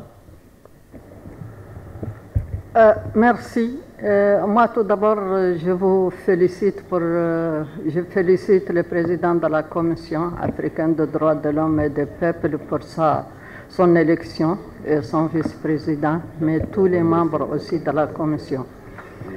Donc, je voudrais parler ici, mon intervention est relative aux questions des enfants, et surtout la catégorie d'enfants en situation de mobilité. Nous estimons que la majorité des enfants réfugiés ou migrants, c'est des enfants en situation de mobilité, surtout dans mon pays qui a atterri des pays frontaliers et d'autres pays aussi, parfois anglophones, parfois francophones. Ces enfants, malheureusement, sont victimes de pures formes de travail et d'exploitation. Et là, malheureusement, beaucoup de nos pays ne s'approprient pas des systèmes de protection fiables qui permettent la protection de l'enfant. Et dans ce cadre, j'invite la Commission africaine à intégrer la mobilité dans le système de protection des enfants, ou les catégories d'enfants, migrants, réfugiés et autres. Nous avons aussi une autre catégorie d'enfants qui est apatride. Puisque ces enfants en situation... Je termine. Madame, please try to sum up. Thank you. Okay. Try to sum up. Okay. You done? Merci. Non, j'avais quelque chose à ajouter. Si vous me censurez, je me tais. I'm asking you to try to be precise and to conclude, please. Merci beaucoup. ممكن هل من الإمكان إنك تختصري مداخلتك؟ شكرا جزيلا. Yes. Je vais résumer. Donc, il y a une autre catégorie d'enfants, c'est les enfants esclaves, victimes de l'esclavage qui sont apatrides dans leur patrie. Et les enfants des rapatriés mauritaniens qui sont revenus du Sénégal depuis quelques années. Et ils sont là, ils n'ont pas l'état civil, ils n'ont aucune éducation. Et ça, c'est des questions qui sont centrales aujourd'hui et qui peuvent exploser le pays, la Mauritanie. Parce que nous avons un pays multiculturel et culturel où il y a une vraie sensibilité entre les gens. Donc, et on est au bord de l'explosion. S'il vous plaît, Monsieur le Commissaire, Monsieur le Président de la Commission, c'est une question centrale aujourd'hui pour l'unité nationale et la cohésion sociale dans mon pays. Je vous remercie. Merci. Mali, please be brief. Thank you. Ok. C'est compris. Monsieur le Président, Mesdames et Messieurs, honorables délégués représentants des États, alors c'est la première prise de parole de la délégation malienne. Permettez-moi de remercier le peuple et les autorités gambiennes pour l'accueil réservé. Ceci étant, j'aimerais saluer le nouveau bureau et leur souhaiter plein succès.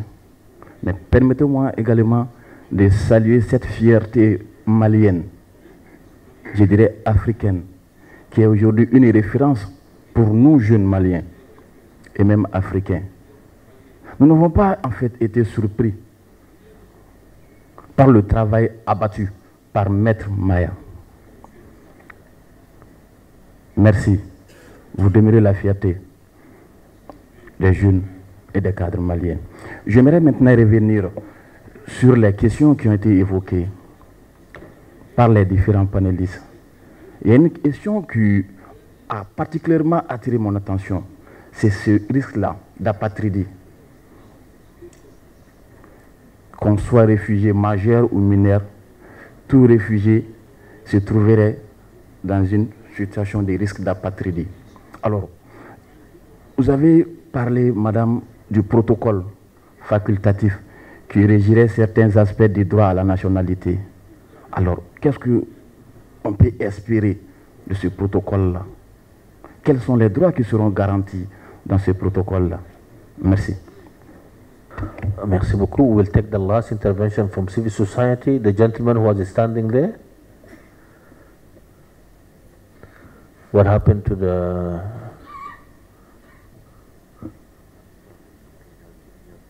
Oh, go ahead, please. Thank you very much, Ambassador. And first of all, let me give thanks to the chairman for the election. Basically, I think this is a very interesting topic for me. My name is Nyekeo Chala. I'm from Ethiopia. The reason why I'm standing in front of you is because in Ethiopia, there is a region called Gambela region that has hosted refugees. 11 years before 1969 OAU convention was came into existence. And these people have always been suffering. The refugees from South Sudan, today as we speak, the host communities are victims of violence from the refugees who cross across the border, carry arms. Now, we are talking about solutions for the refugees, but yet, most of the host communities are at the borders. Like, say, for instance, in Gambela, it's just a border between South Sudan and Ethiopia. And also, most of the countries also face the same problem.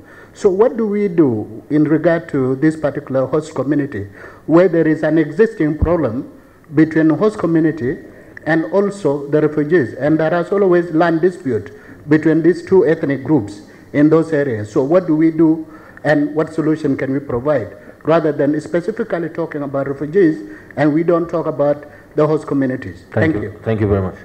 Now we'll come back to the high table, 1 minute each. We'll begin from my right, far right. Please, 1 minute, thank you.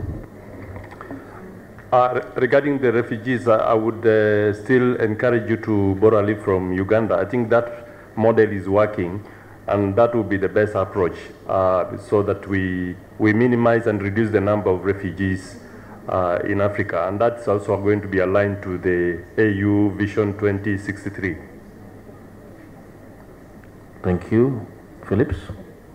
Merci beaucoup, Monsieur le Président. Je pense que vous allez me donner un peu plus de temps parce que le comité était un peu cité dans les questions. En fait, pour répondre au distingué représentant de l'Érythrée, effectivement, dans notre étude, on parle des facteurs extérieurs, tout ce qui attire, par quoi l'enfant est attiré. C'est beaucoup plus la perspective d'emploi, et on a vu ça même dans les pays de l'Afrique du Nord et en Libye. Et l'étude parle aussi de facteurs d'attraction et aussi de facteurs de répulsion. Donc on pourrait partager l'étude avec vous et puis vous allez voir exactement en fait ces aspects-là. Pour le distingué représentant de l'Algérie, effectivement, je pensais que j'allais parler beaucoup plus de l'étude ici, mais pas du travail du comité. Mais bon, je ne sais pas si je peux le faire. Mais en fait, le comité est parti effectivement à la République arabe sahraouite démocratique pour une visite. Et nous avons visité tous les camps de réfugiés, effectivement. Un rapport sera fait au niveau du conseil exécutif. La visite, c'était pour justement la ratification de la Charte africaine des droits et du bien-être de l'enfant. Il faut aussi se rappeler du mandat du comité. Le mandat que vous, État membre, vous avez donné au comité. Donc, on ne peut pas, par exemple, s'auto-saisir sur une situation des droits de l'enfant dans un pays. Et cette situation doit être dénoncée par nos procédures de communication. Si nous sommes au courant de graves violations, nous pouvons effectivement faire des lettres d'appel urgentes. Mais comme dit ce matin dans mon allocution, ce qu'on a déjà envoyé même avec la commission, les lettres d'appel urgentes conjointes, n'ont toujours pas reçu de réponse. Donc, ce que nous pouvons faire, c'est vraiment effectivement au niveau de notre rapport d'activité, mettre ça, informer le conseil exécutif. Et pour les formes de travail des enfants en situation de mobilité, en Mauritanie, je peux dire qu'en fait, le gouvernement de Mauritanie n'a pas encore pris part à l'atelier de restitution de cette étude. Et ils sont invités à la fin du mois. J'espère qu'en fait, ils vont prendre en compte ces recommandations dans le cadre des formes de travail et pour pouvoir vraiment bien ajuster et adapter leur législation par rapport à ça. Les enfants esclaves, les enfants rapatriés, nous avons effectivement un cas, ou du moins une communication, nous avons rendu notre décision sur le cas des enfants esclaves au niveau de la Mauritanie. Et je pense que la prochaine session, il y aura encore une activité sur comment cette décision a été mise en œuvre. Et le gouvernement de la Mauritanie que j'ai rencontré ici ce matin m'ont dit qu'ils se préparent pour venir nous donner en fait la mise en œuvre de notre décision. Et le droit à une nationalité, c'est vraiment un droit qui est consacré par la charte, l'article 6 de la charte. Et au niveau du comité, nous avons même fait un commentaire général appelant les États membres, montrant aux États membres comment il faut mettre en œuvre cet article. Et je vous invite vraiment à vous référer. Merci. Thank you so much, Phillips. Honorable Justice, you have the floor, please. If you would like to comment. Thank you, Honorable Ambassador. I just wanted to chip in and say that what governments can do, including all other stakeholders, is on the issue of prevention of migration. One of them is establishing vocational centers. I've just learned yesterday that it is happening here in the Gambia. IOM has established one after a study that showed that one of the major reasons for migration of the youth was the economic factor. Thank you. Thank you so much, Honorable Justice. Final comment, Madame Commissioner. Thank you. Merci. Je ne pourrai pas répondre à l'ensemble des questions. Je vais tout d'abord rebondir à la question de l'ONG mauritanienne concernant les réfugiés mauritaniens au Sénégal. Juste pour réitérer le fait que cette question, je l'ai largement discutée avec les autorités mauritaniennes et avec également les autorités sénégalaises. On vous a... Comment? Oui, les réfugiés, je les ai déjà rencontrés il y a 2 ans au Sénégal lors d'une visite. J'ai rencontré tout un groupe de réfugiés mauritaniens. Nous avons discuté longuement sur cette situation. Et à l'heure actuelle, vous savez très bien que l'accord tripartite est terminé, qu'on vous a proposé un certain nombre de solutions. Ce n'est pas le lieu ni l'endroit de les reprendre, mais je pourrais vous rencontrer par la suite pour discuter encore une fois. Mais la question est tout le temps sur mon agenda. Ne vous en faites pas. Je vais rencontrer encore les autorités mauritaniennes qui seront là. Je suis au courant. Alors, je voudrais également réagir sur la question du Mali. Du Mali en ce qui concerne la question de l'apatridie et du protocole sur les aspects spécifiques de la nationalité et l'éradication de l'apatridie. Alors, où en est-on? Le protocole est terminé. Il est dans sa dernière étape d'évaluation. Prochainement, au mois de novembre, il va y avoir la réunion du comité technique spécialisé sur les affaires juridiques. 3 jours d'évaluation, je dirais, sur un certain nombre de points. Dernier jour également avec les ministres de la Justice. Et je pense qu'au mois de janvier, ce protocole fera l'objet d'adoption lors du prochain sommet des chefs d'État et de gouvernement. Et à partir de son adoption par le sommet des chefs d'État et de gouvernement, dans mon agenda pour 2020, j'ai déjà inscrit un certain nombre de missions, de plaidoyer, de sensibilisation d'abord pour la ratification de ce protocole et également pour l'implantation de ce protocole et la révision de certaines lois portant sur la nationalité. Enfin, je vais revenir également très brièvement à la proposition de l'Algérie concernant le fait de pouvoir mener une étude sur les réfugiés sahraouis. Je pense que c'est également une question qui est à l'ordre du jour, avec d'autres questions dans mon agenda. Et je sais déjà que pour l'année 2020, j'ai déjà programmé des visites dans des camps des réfugiés, dont notamment les camps de réfugiés sahraouis, avec 3 jours de renforcement de capacité à l'endroit de l'INDH sahraoui. Et en même temps, une visite également d'évaluation de la situation des réfugiés, avec également d'autres pays, puisqu'également l'Éthiopie éventuellement fera l'objet également de visites pour la situation de réfugiés. Merci. Thank you very much, Commissioner. Honorable Commissioner will now call on His Excellency, the Chair of the Commission, to conclude by some responses, general responses. Mike, Madame. Les pollutions durables, c'est d'abord eux. Qu'est-ce qui a été mis en place? Je ne sais pas si, Monsieur le Président, vous pouvez me donner encore la parole, 2 minutes, parce que je n'ai pas pu répondre à toutes les questions.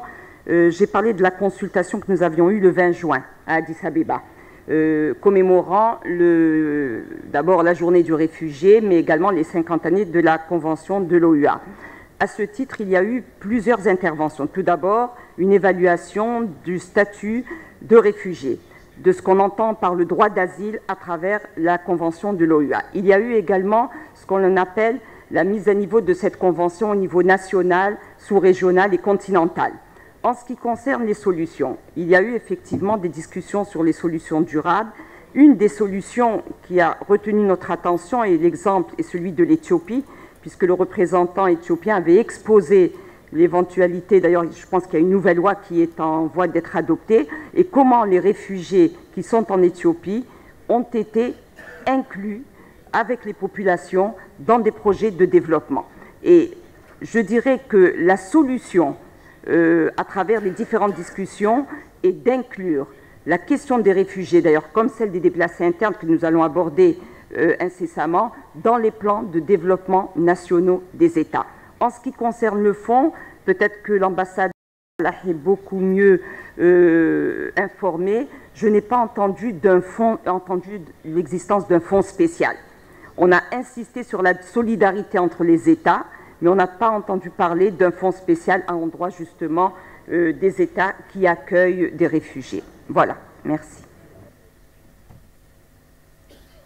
Thank you so much, Honorable Commissioner. Chair, any final thoughts? Thank you very much, Salah, for that excellent moderation. Mine is really to acknowledge the very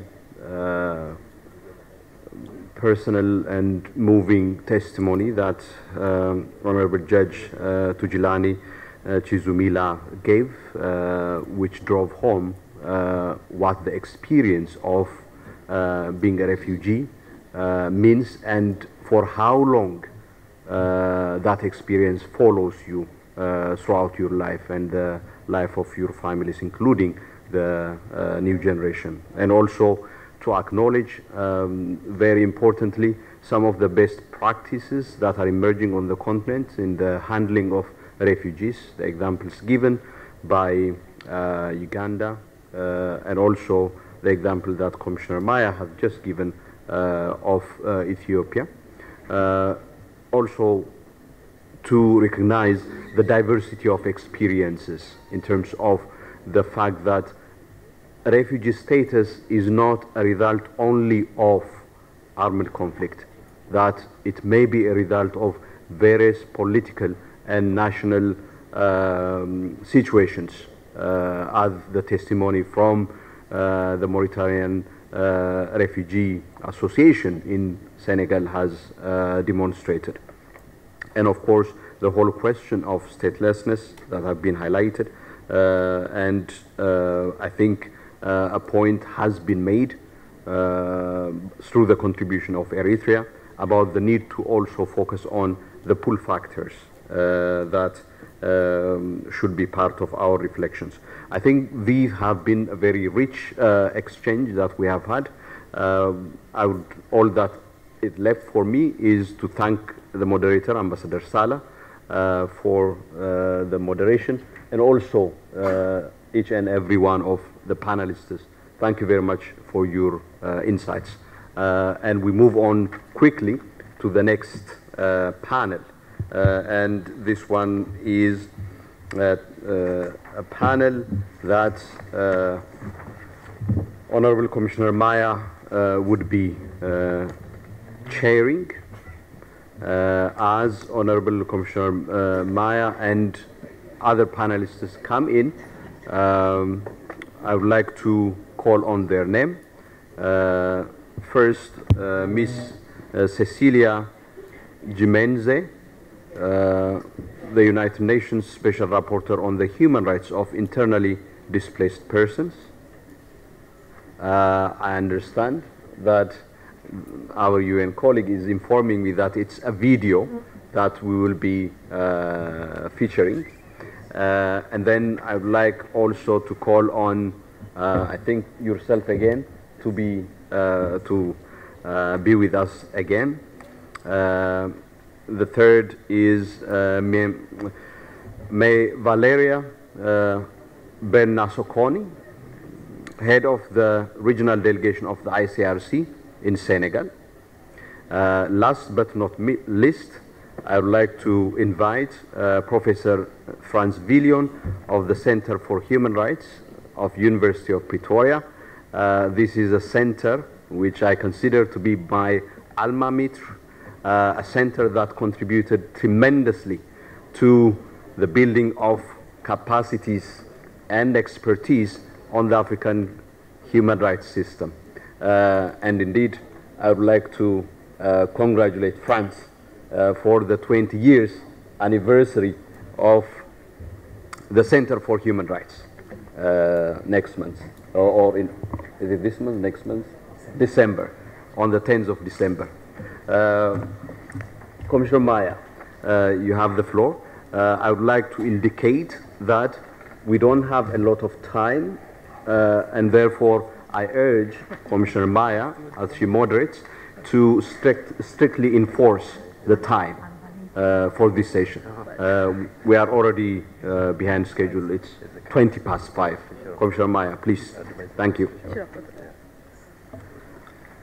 Merci. Très rapidement, parce qu'effectivement, nous sommes pris un peu par le temps.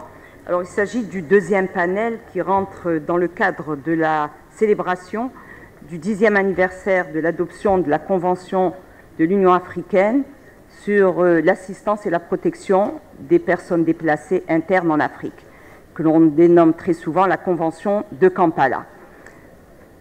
La Convention de Kampala a le mérite d'exister.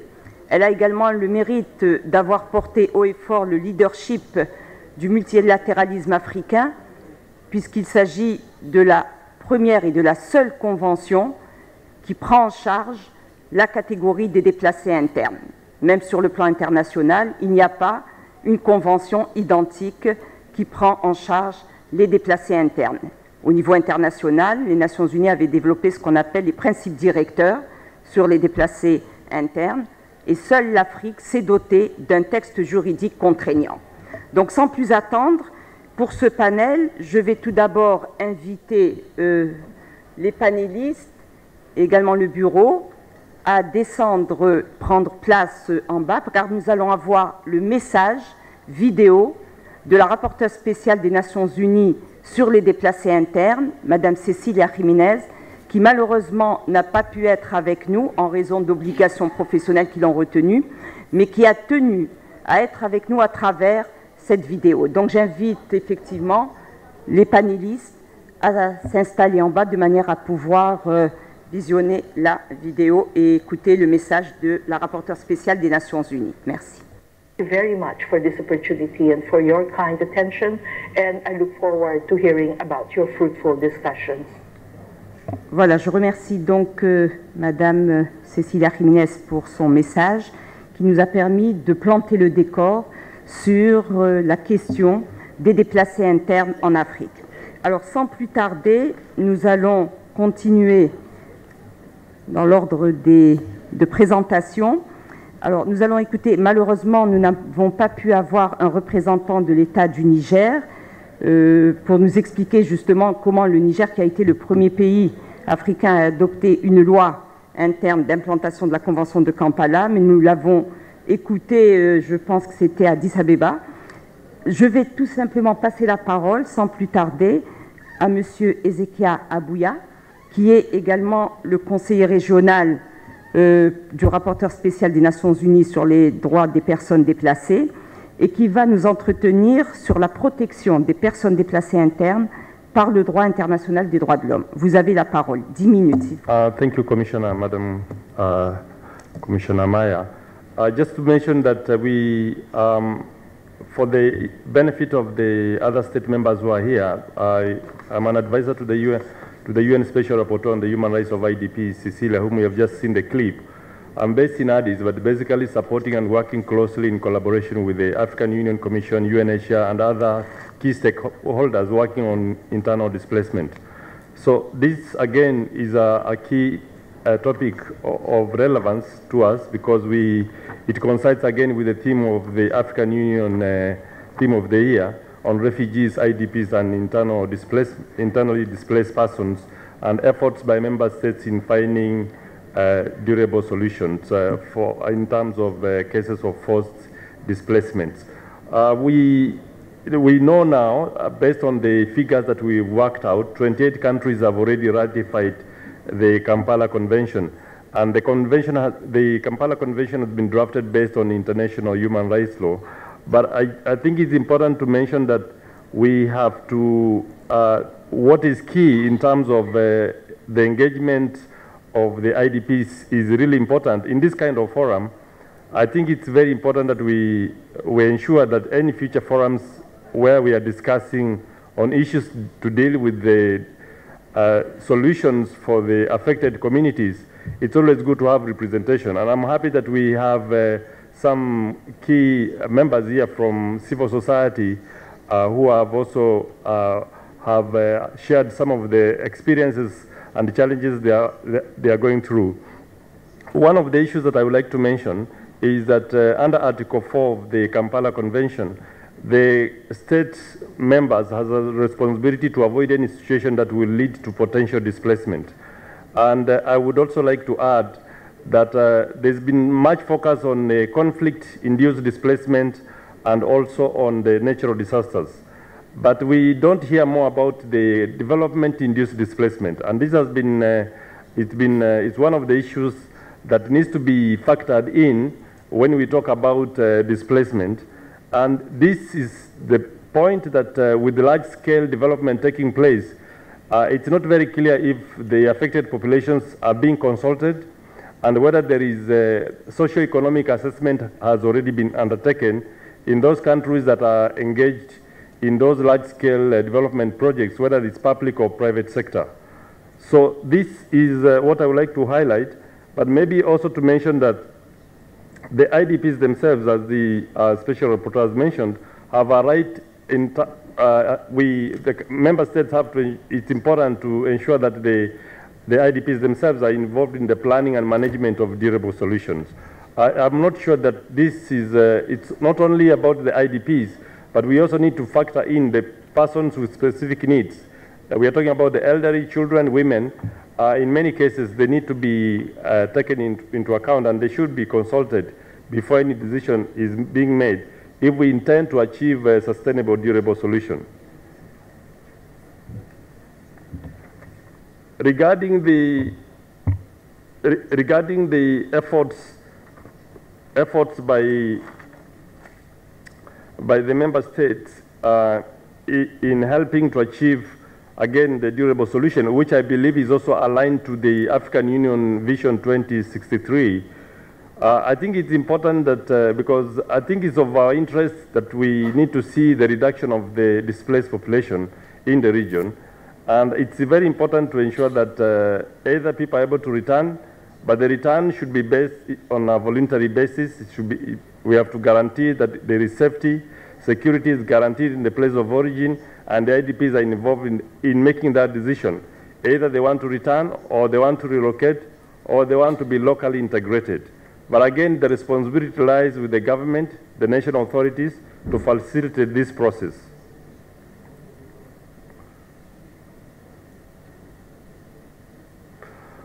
One of the issues that I would be requesting the member states is maybe as one of the strong recommendations, we don't have the statistics of development-induced displacement or potential cases of development-induced displacement. It would be good if we can have some indications on this. I think it will be useful, particularly for organizations like the Network for Human Rights Institutions or the National Human Rights Institutions at the national level, to have a dedicated information management system where this kind of information can be captured to be factored in, so that when we report 17 million plus IDPs are being displaced in Africa, we can also be able to capture information of those who have been potentially displaced as a result of those large-scale development projects. In terms of the recommendations, what we have seen here is that there has been progress in terms of the ratification, but actual domestication and implementation is still very slow, and I think this is where we can engage the national authorities to ensure that they are able to ratify and domesticate and pass relevant laws within our local jurisdiction for the protection and assistance of the IDPs. That is all for now, Madam Chair. I hand it over to you. Merci beaucoup pour votre présentation, puisque vous avez eu à évoquer effectivement je dirais, la problématique d'abord de l'intégration et de l'adoption des lois nationales, mais également le fait que nous n'ayons pas de données désagrégées, surtout à propos d'une des causes également importantes, les grands projets de développement. Alors sans plus tarder, je vais passer la parole à Madame Valeria Bernasconi. Je voudrais ici également la remercier pour sa présence parmi nous, puisqu'il s'agit de la nouvelle chef de la délégation régionale du CICR au Sénégal, à Dakar. Vous avez la parole. Merci, Commissioner Maya. Let me start, first of all, to congratulate the newly appointed President and Vice President of the Commission and to wish them truly all the best in their future endeavors. So, as mentioned a lot during this day, Africa is one of the continents that are most affected by internal displacements. New figures talk about 3.2 million of newly displaced people on Africa. The figure per se, it's definitely big, but it's also an indicator of the fact that we remain unable to prevent new displacements and to find durable solutions. So I will speak about the role of the ICRC in promoting the rights of the IDPs, in promoting also way to prevent new displacements, and what we see as an international humanitarian organizations in terms of challenges and successes. The Kampala Convention represents the only legally binding instrument on IDPs, but beyond that, it represents this significant step forward in reaffirming, on one hand, the rights of the displaced people, and on the other hand, also the corresponding obligations of states to prevent the internal displacements.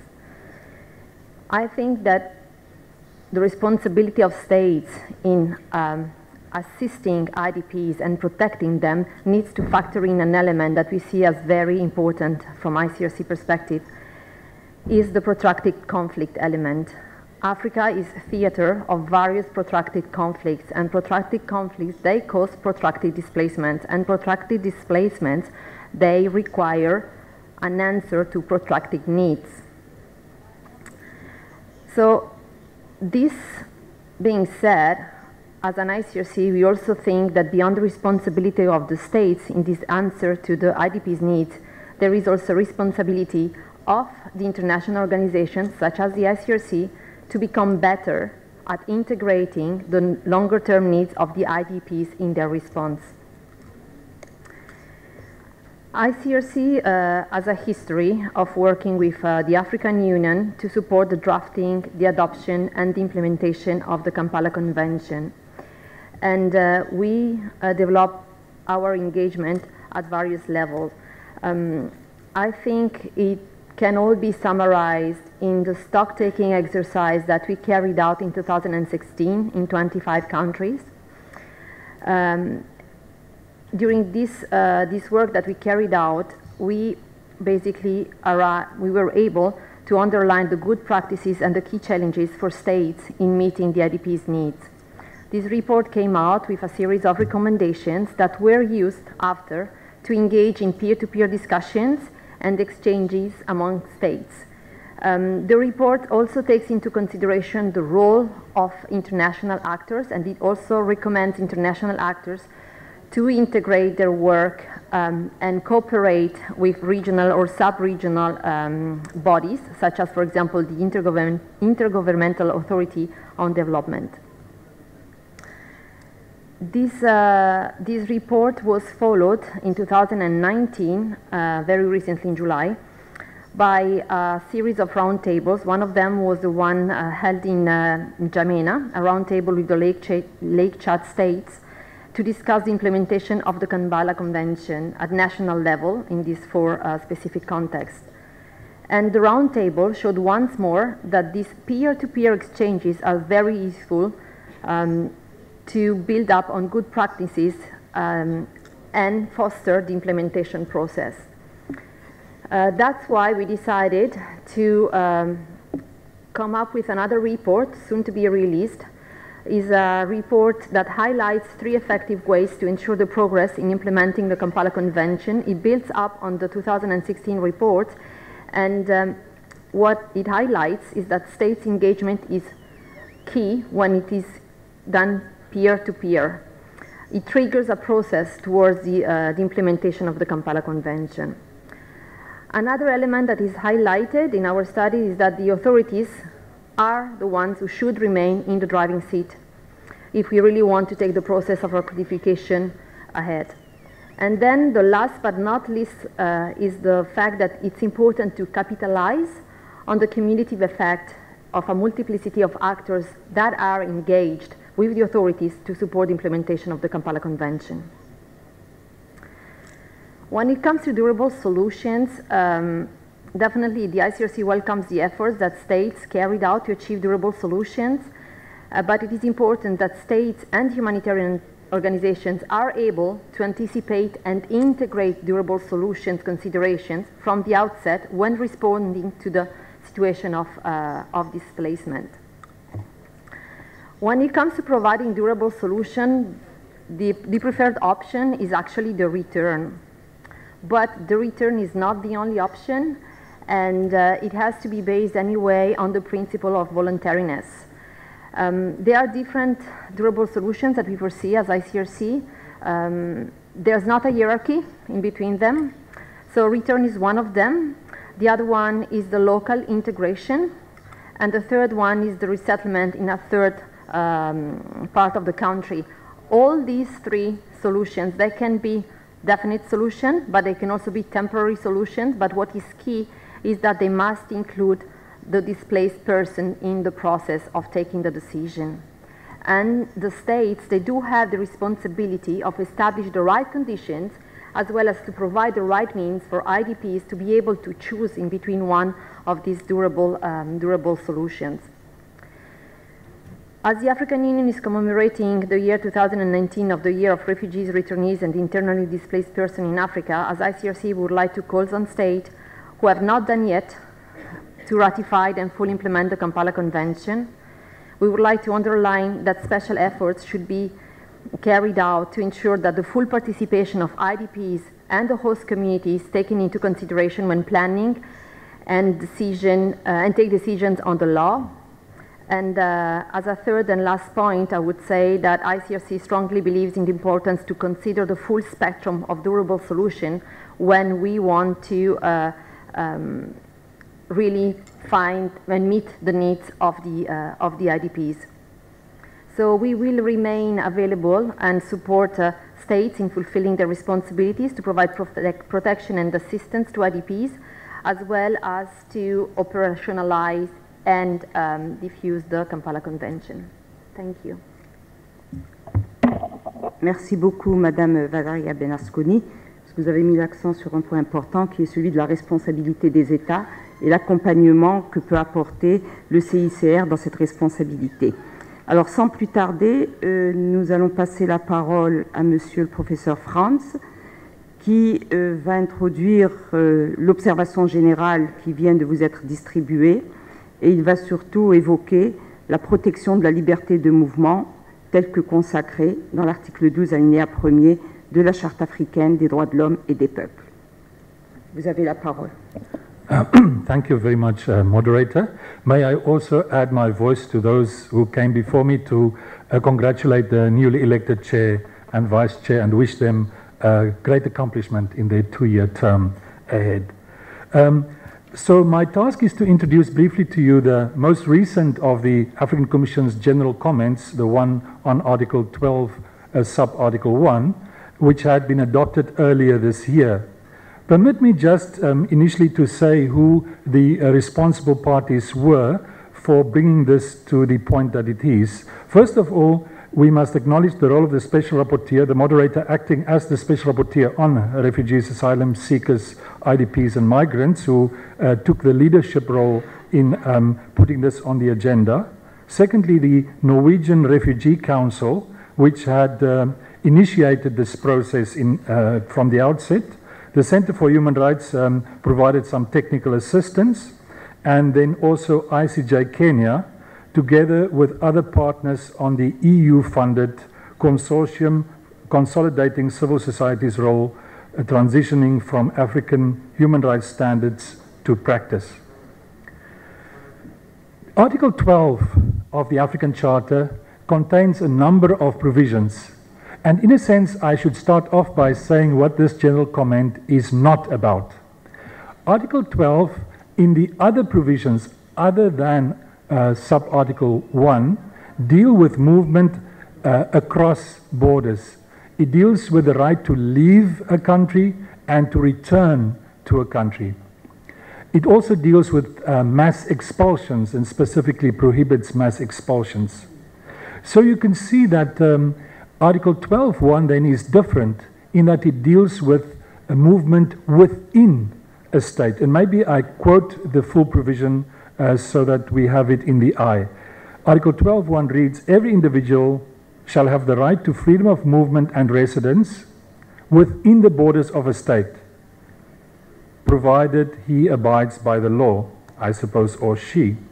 So Article 12.1, in a sense, then, is a small part of the whole puzzle of broader mobility. It deals with movement and residence within a state. So in other words, in terms of refugees and asylum seekers, it also affects them, but in the sense that they are already in a particular state. So their movement within a state, is it encampment, is there freedom of movement, that would be affected by Article 12.1, and the general comment speaks to these kinds of issues.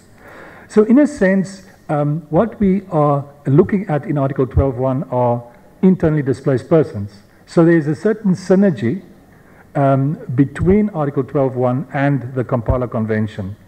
But then obviously not all states are party to the Kampala Convention, so the general comment also has to stand, as it were, on its own legs. The challenges in terms of internal mobility often arise in the context of politics. We find that states may target political opponents or human rights defenders and restrict their mobility internally within the state in order to incapacitate them. As a South African, perhaps, I can do no better than recall the example of that African icon, I'm sure that we're all familiar with, Winnie Mandela. At the darkest days of apartheid, Winnie Mandela was banished to a very, very small, dusty town of South Africa, the idea being that she would be silenced because of a banishment order, her the restricted movement that she was subjected to. But I think we all know that in the end, her indomitable spirit prevailed. The other reason why restrictions on movement internally often happen would be cultural. For example, women may be affected in their ability to freely move within a state due to the requirement of, for example, the husband's consent for movement, for example, in certain situations, or, for example, the requirement that she should, after the death of her husband, leave the matrimonial home. Other categories that are specifically covered in this general comment are children, nomadic populations, older persons, persons with disabilities, and persons living with HIV. Ultimately, the greatest issue in terms of Article 12.1 is that last part of the provision, which is provided the person abides by the law. In other words, clearly, restriction or limitation of Article 12.1 is allowed. But the general comment takes the position that the rule should be free movement and free establishment of residence. If and so far as limitations are provided for, they should not be vague so that they do not allow for manipulation, but should be in precise and clear terms. The limitation should also not be arbitrary, but should be grounded in legally accepted grounds. These limitations should then specifically specify the ground, or the motivation of the government should articulate on what specific grounds the limitation is based. And these grounds and the limitation should be proportionate to the advantages to be attained in a free and democratic society. To conclude with, how does this fit into the institutional landscape? When a state reports under Article 62, the notion would be that the state would be held accountable before this commission to show if restrictions are placed on freedom of movement and residence under Article 12.1, that those would be defended and they have to conform with the standards set out in the general comment. For states that are also party to the Kampala Convention, it should be recalled that the report on the Kampala Convention is also to be submitted to this commission. So in that regard, there's another form of synergy possible between what is in Article 12.1 and what is in the Kampala Convention. Thank you very much, Madam Moderator. Merci, Monsieur le Professeur France, d'avoir replacé le contexte de l'élaboration de cette observation générale numéro 5 et également d'avoir synthétisé le contenu de, je dirais, de l'analyse même de l'article 12, alinéa 1er, concernant la liberté de mouvement à l'intérieur d'un pays. Alors, sans plus tarder, puisque le temps presse, nous allons passer à la dernière phase, qui est la phase des débats. Alors, comme nous l'avions fait précédemment, nous donnerons tout d'abord la parole aux commissaires, aux États, ensuite aux INDH, aux organisations de la société civile, les ONG, et également des universitaires ou des académiciens s'ils sont présents. Alors, je vais prendre une première série de questions concernant les interventions des États. Oui. Vous êtes État ou État? D'accord. Présentez-vous, s'il vous plaît. Alors, attendez 2 minutes, je regarde encore s'il n'y a pas d'intervention de la part des États. Et je vous passerai la parole. Non? Donc, allez-y. En tant qu'INDH, vous avez la possibilité d'intervenir. Allez-y. Prenez un autre micro, vous en avez devant. Voilà. Ou alors au podium. Merci. Merci. Je voudrais, dans un premier temps, effectuer une double félicitation pour l'équipe sortante dirigée par l'honorable Mega. Et je souhaite également courage et bonne chance pour la nouvelle équipe. Donc, à l'absence de l'État du Niger, en tant que INDH, je prends la parole. D'abord pour se féliciter que le Niger soit le premier pays à incorporer la Convention de Kampala dans une loi nationale. Mais je dois dire que cela a été le fruit d'une collaboration entre toutes les institutions de la République, avec les associations, avec les ONG nationales et internationales, et avec aussi l'appui du rapporteur spécial des Nations Unies sur le droit des déplacés internes. Mais vous savez, le contexte du Niger est difficile. Hein? Le Niger est considéré comme un îlot de paix, mais entouré par des foyers de tension. Donc, du fait de cette situation, nous avons effectivement beaucoup de déplacés internes. Aujourd'hui, on dénombre à plus de 50 000 déplacés internes du fait de la situation de conflit induite par le mouvement Boko Haram vers le Nigeria et aussi des conflits sur les frontières Mali et puis Burkina. Donc c'est dans ce contexte que le Niger a adopté cette loi et je pense que cela doit inspirer aussi d'autres pays parce que si nous n'avons pas un cadre normatif, nous ne pouvons pas régler la question des déplacés internes. Donc voilà un peu ce que je peux dire à l'absence de l'État du Niger. Merci. Merci beaucoup pour votre intervention et puis les précisions que vous avez apportées en ce qui concerne la complexité d'élaborer et d'adopter une loi d'implantation de la Convention de Kampala. Alors, est-ce qu'il y a d'autres INDH qui voudraient prendre la parole? Je n'en vois pas, les États non plus. Les ONG, Organisation de la société civile, oui, monsieur, vous avez la parole. Ah. Merci, madame. Je m'excuse de revenir encore en tant que réfugié mauritanien. Je voudrais insister sur 2 éléments qui ont été dits. L'inclusion. Écoutez les gens. Parlez avec les gens. Même si vous n'allez pas prendre des mesures par rapport à ce qu'ils vous ont dit, mais écoutez-les. L'exemple le plus facile est le suivant. Ces personnes déplacées, réfugiés, 50 ans avant et maintenant, ce n'est plus la même chose. Vous y trouvez toutes sortes de panoplies d'expertise, de diplômes, d'expérience. Et en Afrique, il faut qu'on se le dise, personne parmi nous, même vous qui êtes là actuellement libres, personne n'est à l'abri d'être réfugié avec tout ce qui se passe dans notre continent. Donc il faut se réveiller et faire attention. La troisième chose, c'est que dans cette confusion de réfugiés, vous y trouvez tout le monde, et même des anciens présidents. Et le cas le plus frappant, c'est Taya de la Mauritanie, actuellement qui erre comme une bombe volante et on ne sait pas où est-ce qu'elle va atterrir. Donc je supplie de nous écouter ou de nous faire participer dans ce travail que vous êtes en train de faire et qui est très important. Je vous remercie. Merci beaucoup. Est-ce qu'il y a d'autres interventions d'ONG, d'organisations de la société civile? Je n'en vois pas. Je vais peut-être redistribuer la parole très brièvement aux intervenants pour un mot conclusif. Vous avez la parole, monsieur. Je ne vous vois pas. Monsieur Ezekia. Okay, I think I heard the last speaker. I mean, I think the second time he's rising up. I think it's important to have this discussion, and I think that's why we need to have the actual involvement of whether they are refugees or IDPs in the planning and management of durable solution.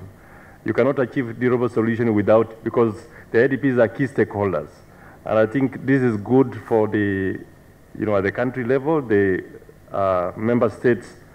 If there are any discussions to do with how to address challenges on displacement, whether it's development-induced conflict or natural disasters, it's important to involve the affected population. The other issue would be, I think what is also clear is that the primary responsibility for protection and assistance, it lies with the national authorities. They have a responsibility to put up mitigation measures to prevent potential displacement. They have a responsibility to avoid any situation that will lead to protracted situation. I think that would be my take on this, that as this is aligned to the theme of the year, the African Union, of course we count on full leadership of the African Union to drive this process and engaging the member states to ensure that we have no further potential displacement. And where there's such a situation which could be looming, I think it's important to ensure that the affected members are involved in the planning and management of durable solution. It is a human rights issue which needs to be addressed, because where you have people displaced, a mother or father with children, and any one of us could be a potential IDP or refugee, depending on the development in our country. That's why we need to align ourselves with the Vision 2063, which is intended, I think, to bring stabilization in the region and encouraging good practices and members of the states to observe and respect the human rights. Over to you, Madam Chair. Merci beaucoup, Monsieur Ezekia. Je vais passer la parole à Madame Valéria Bernasconi. Merci Madame la Commissaire. Je vais rebondir sur les commentaires qui sont venus du monsieur du Niger concernant l'effort commun pour la ratification de la Convention. Je pense que c'est là un point clé. Effectivement, les États sont ceux qui doivent s'engager dans la ratification, mais pour l'opérationnalisation de la Convention de Kampala, c'est important que toute la société civile, les acteurs internationaux soient aussi impliqués dans le travail. Je pense aussi que c'est vraiment important d'avoir un cadre normatif clé pour la gestion des portées déplacées. Et on a nominé le Niger comme un bon exemple, mais je crois qu'il est aussi important de rappeler que la République centrafricaine, le Tchad et le Sud-Soudan sont certains parmi les États qui sont dans le processus de rédiger une loi nationale pour la mise en œuvre de la Convention de Kampala. Merci. Merci beaucoup. Monsieur le professeur Franz. Rien à ajouter. Rien à ajouter. D'accord. Eh bien, je vais donc remercier effectivement les panélistes. Et puis, il nous reste un dernier segment de ce panel. Il s'agit notamment, on vous a distribué l'observation générale numéro 5. Il s'agit de procéder au lancement de cette observation générale. Donc, je vais vous demander de vous lever d'avoir entre les mains l'observation générale et donc nous procédons au lancement. Monsieur Franz.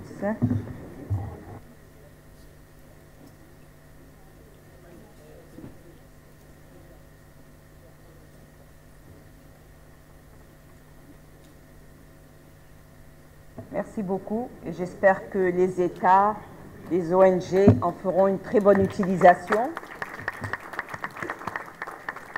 Il s'agit encore une fois de renforcer ce que l'on appelle les documents de soft law qui jouent de plus en plus un rôle important dans la matière des droits de l'homme. Je vous remercie. Je rends la parole au Président.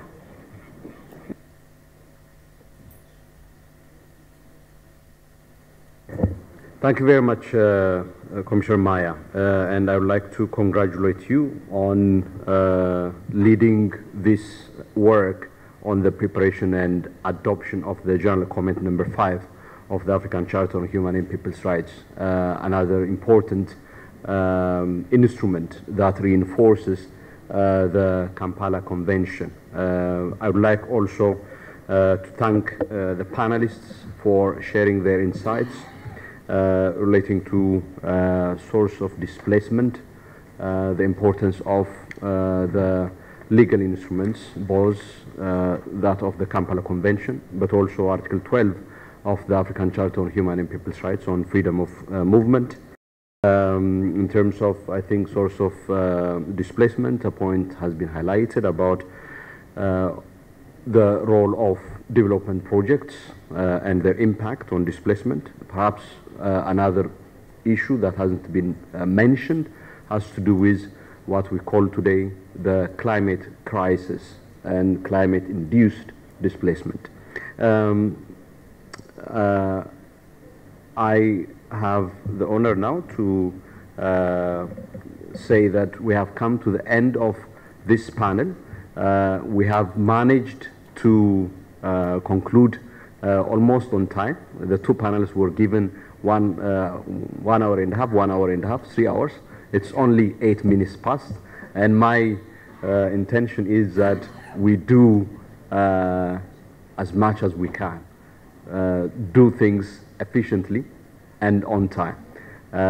In order to help us with that, I do hope that we all will be here on time tomorrow morning, as previous chair Maiga used to say, sharp at all right, Mari, you may wish to make the announcement. Thank you very much.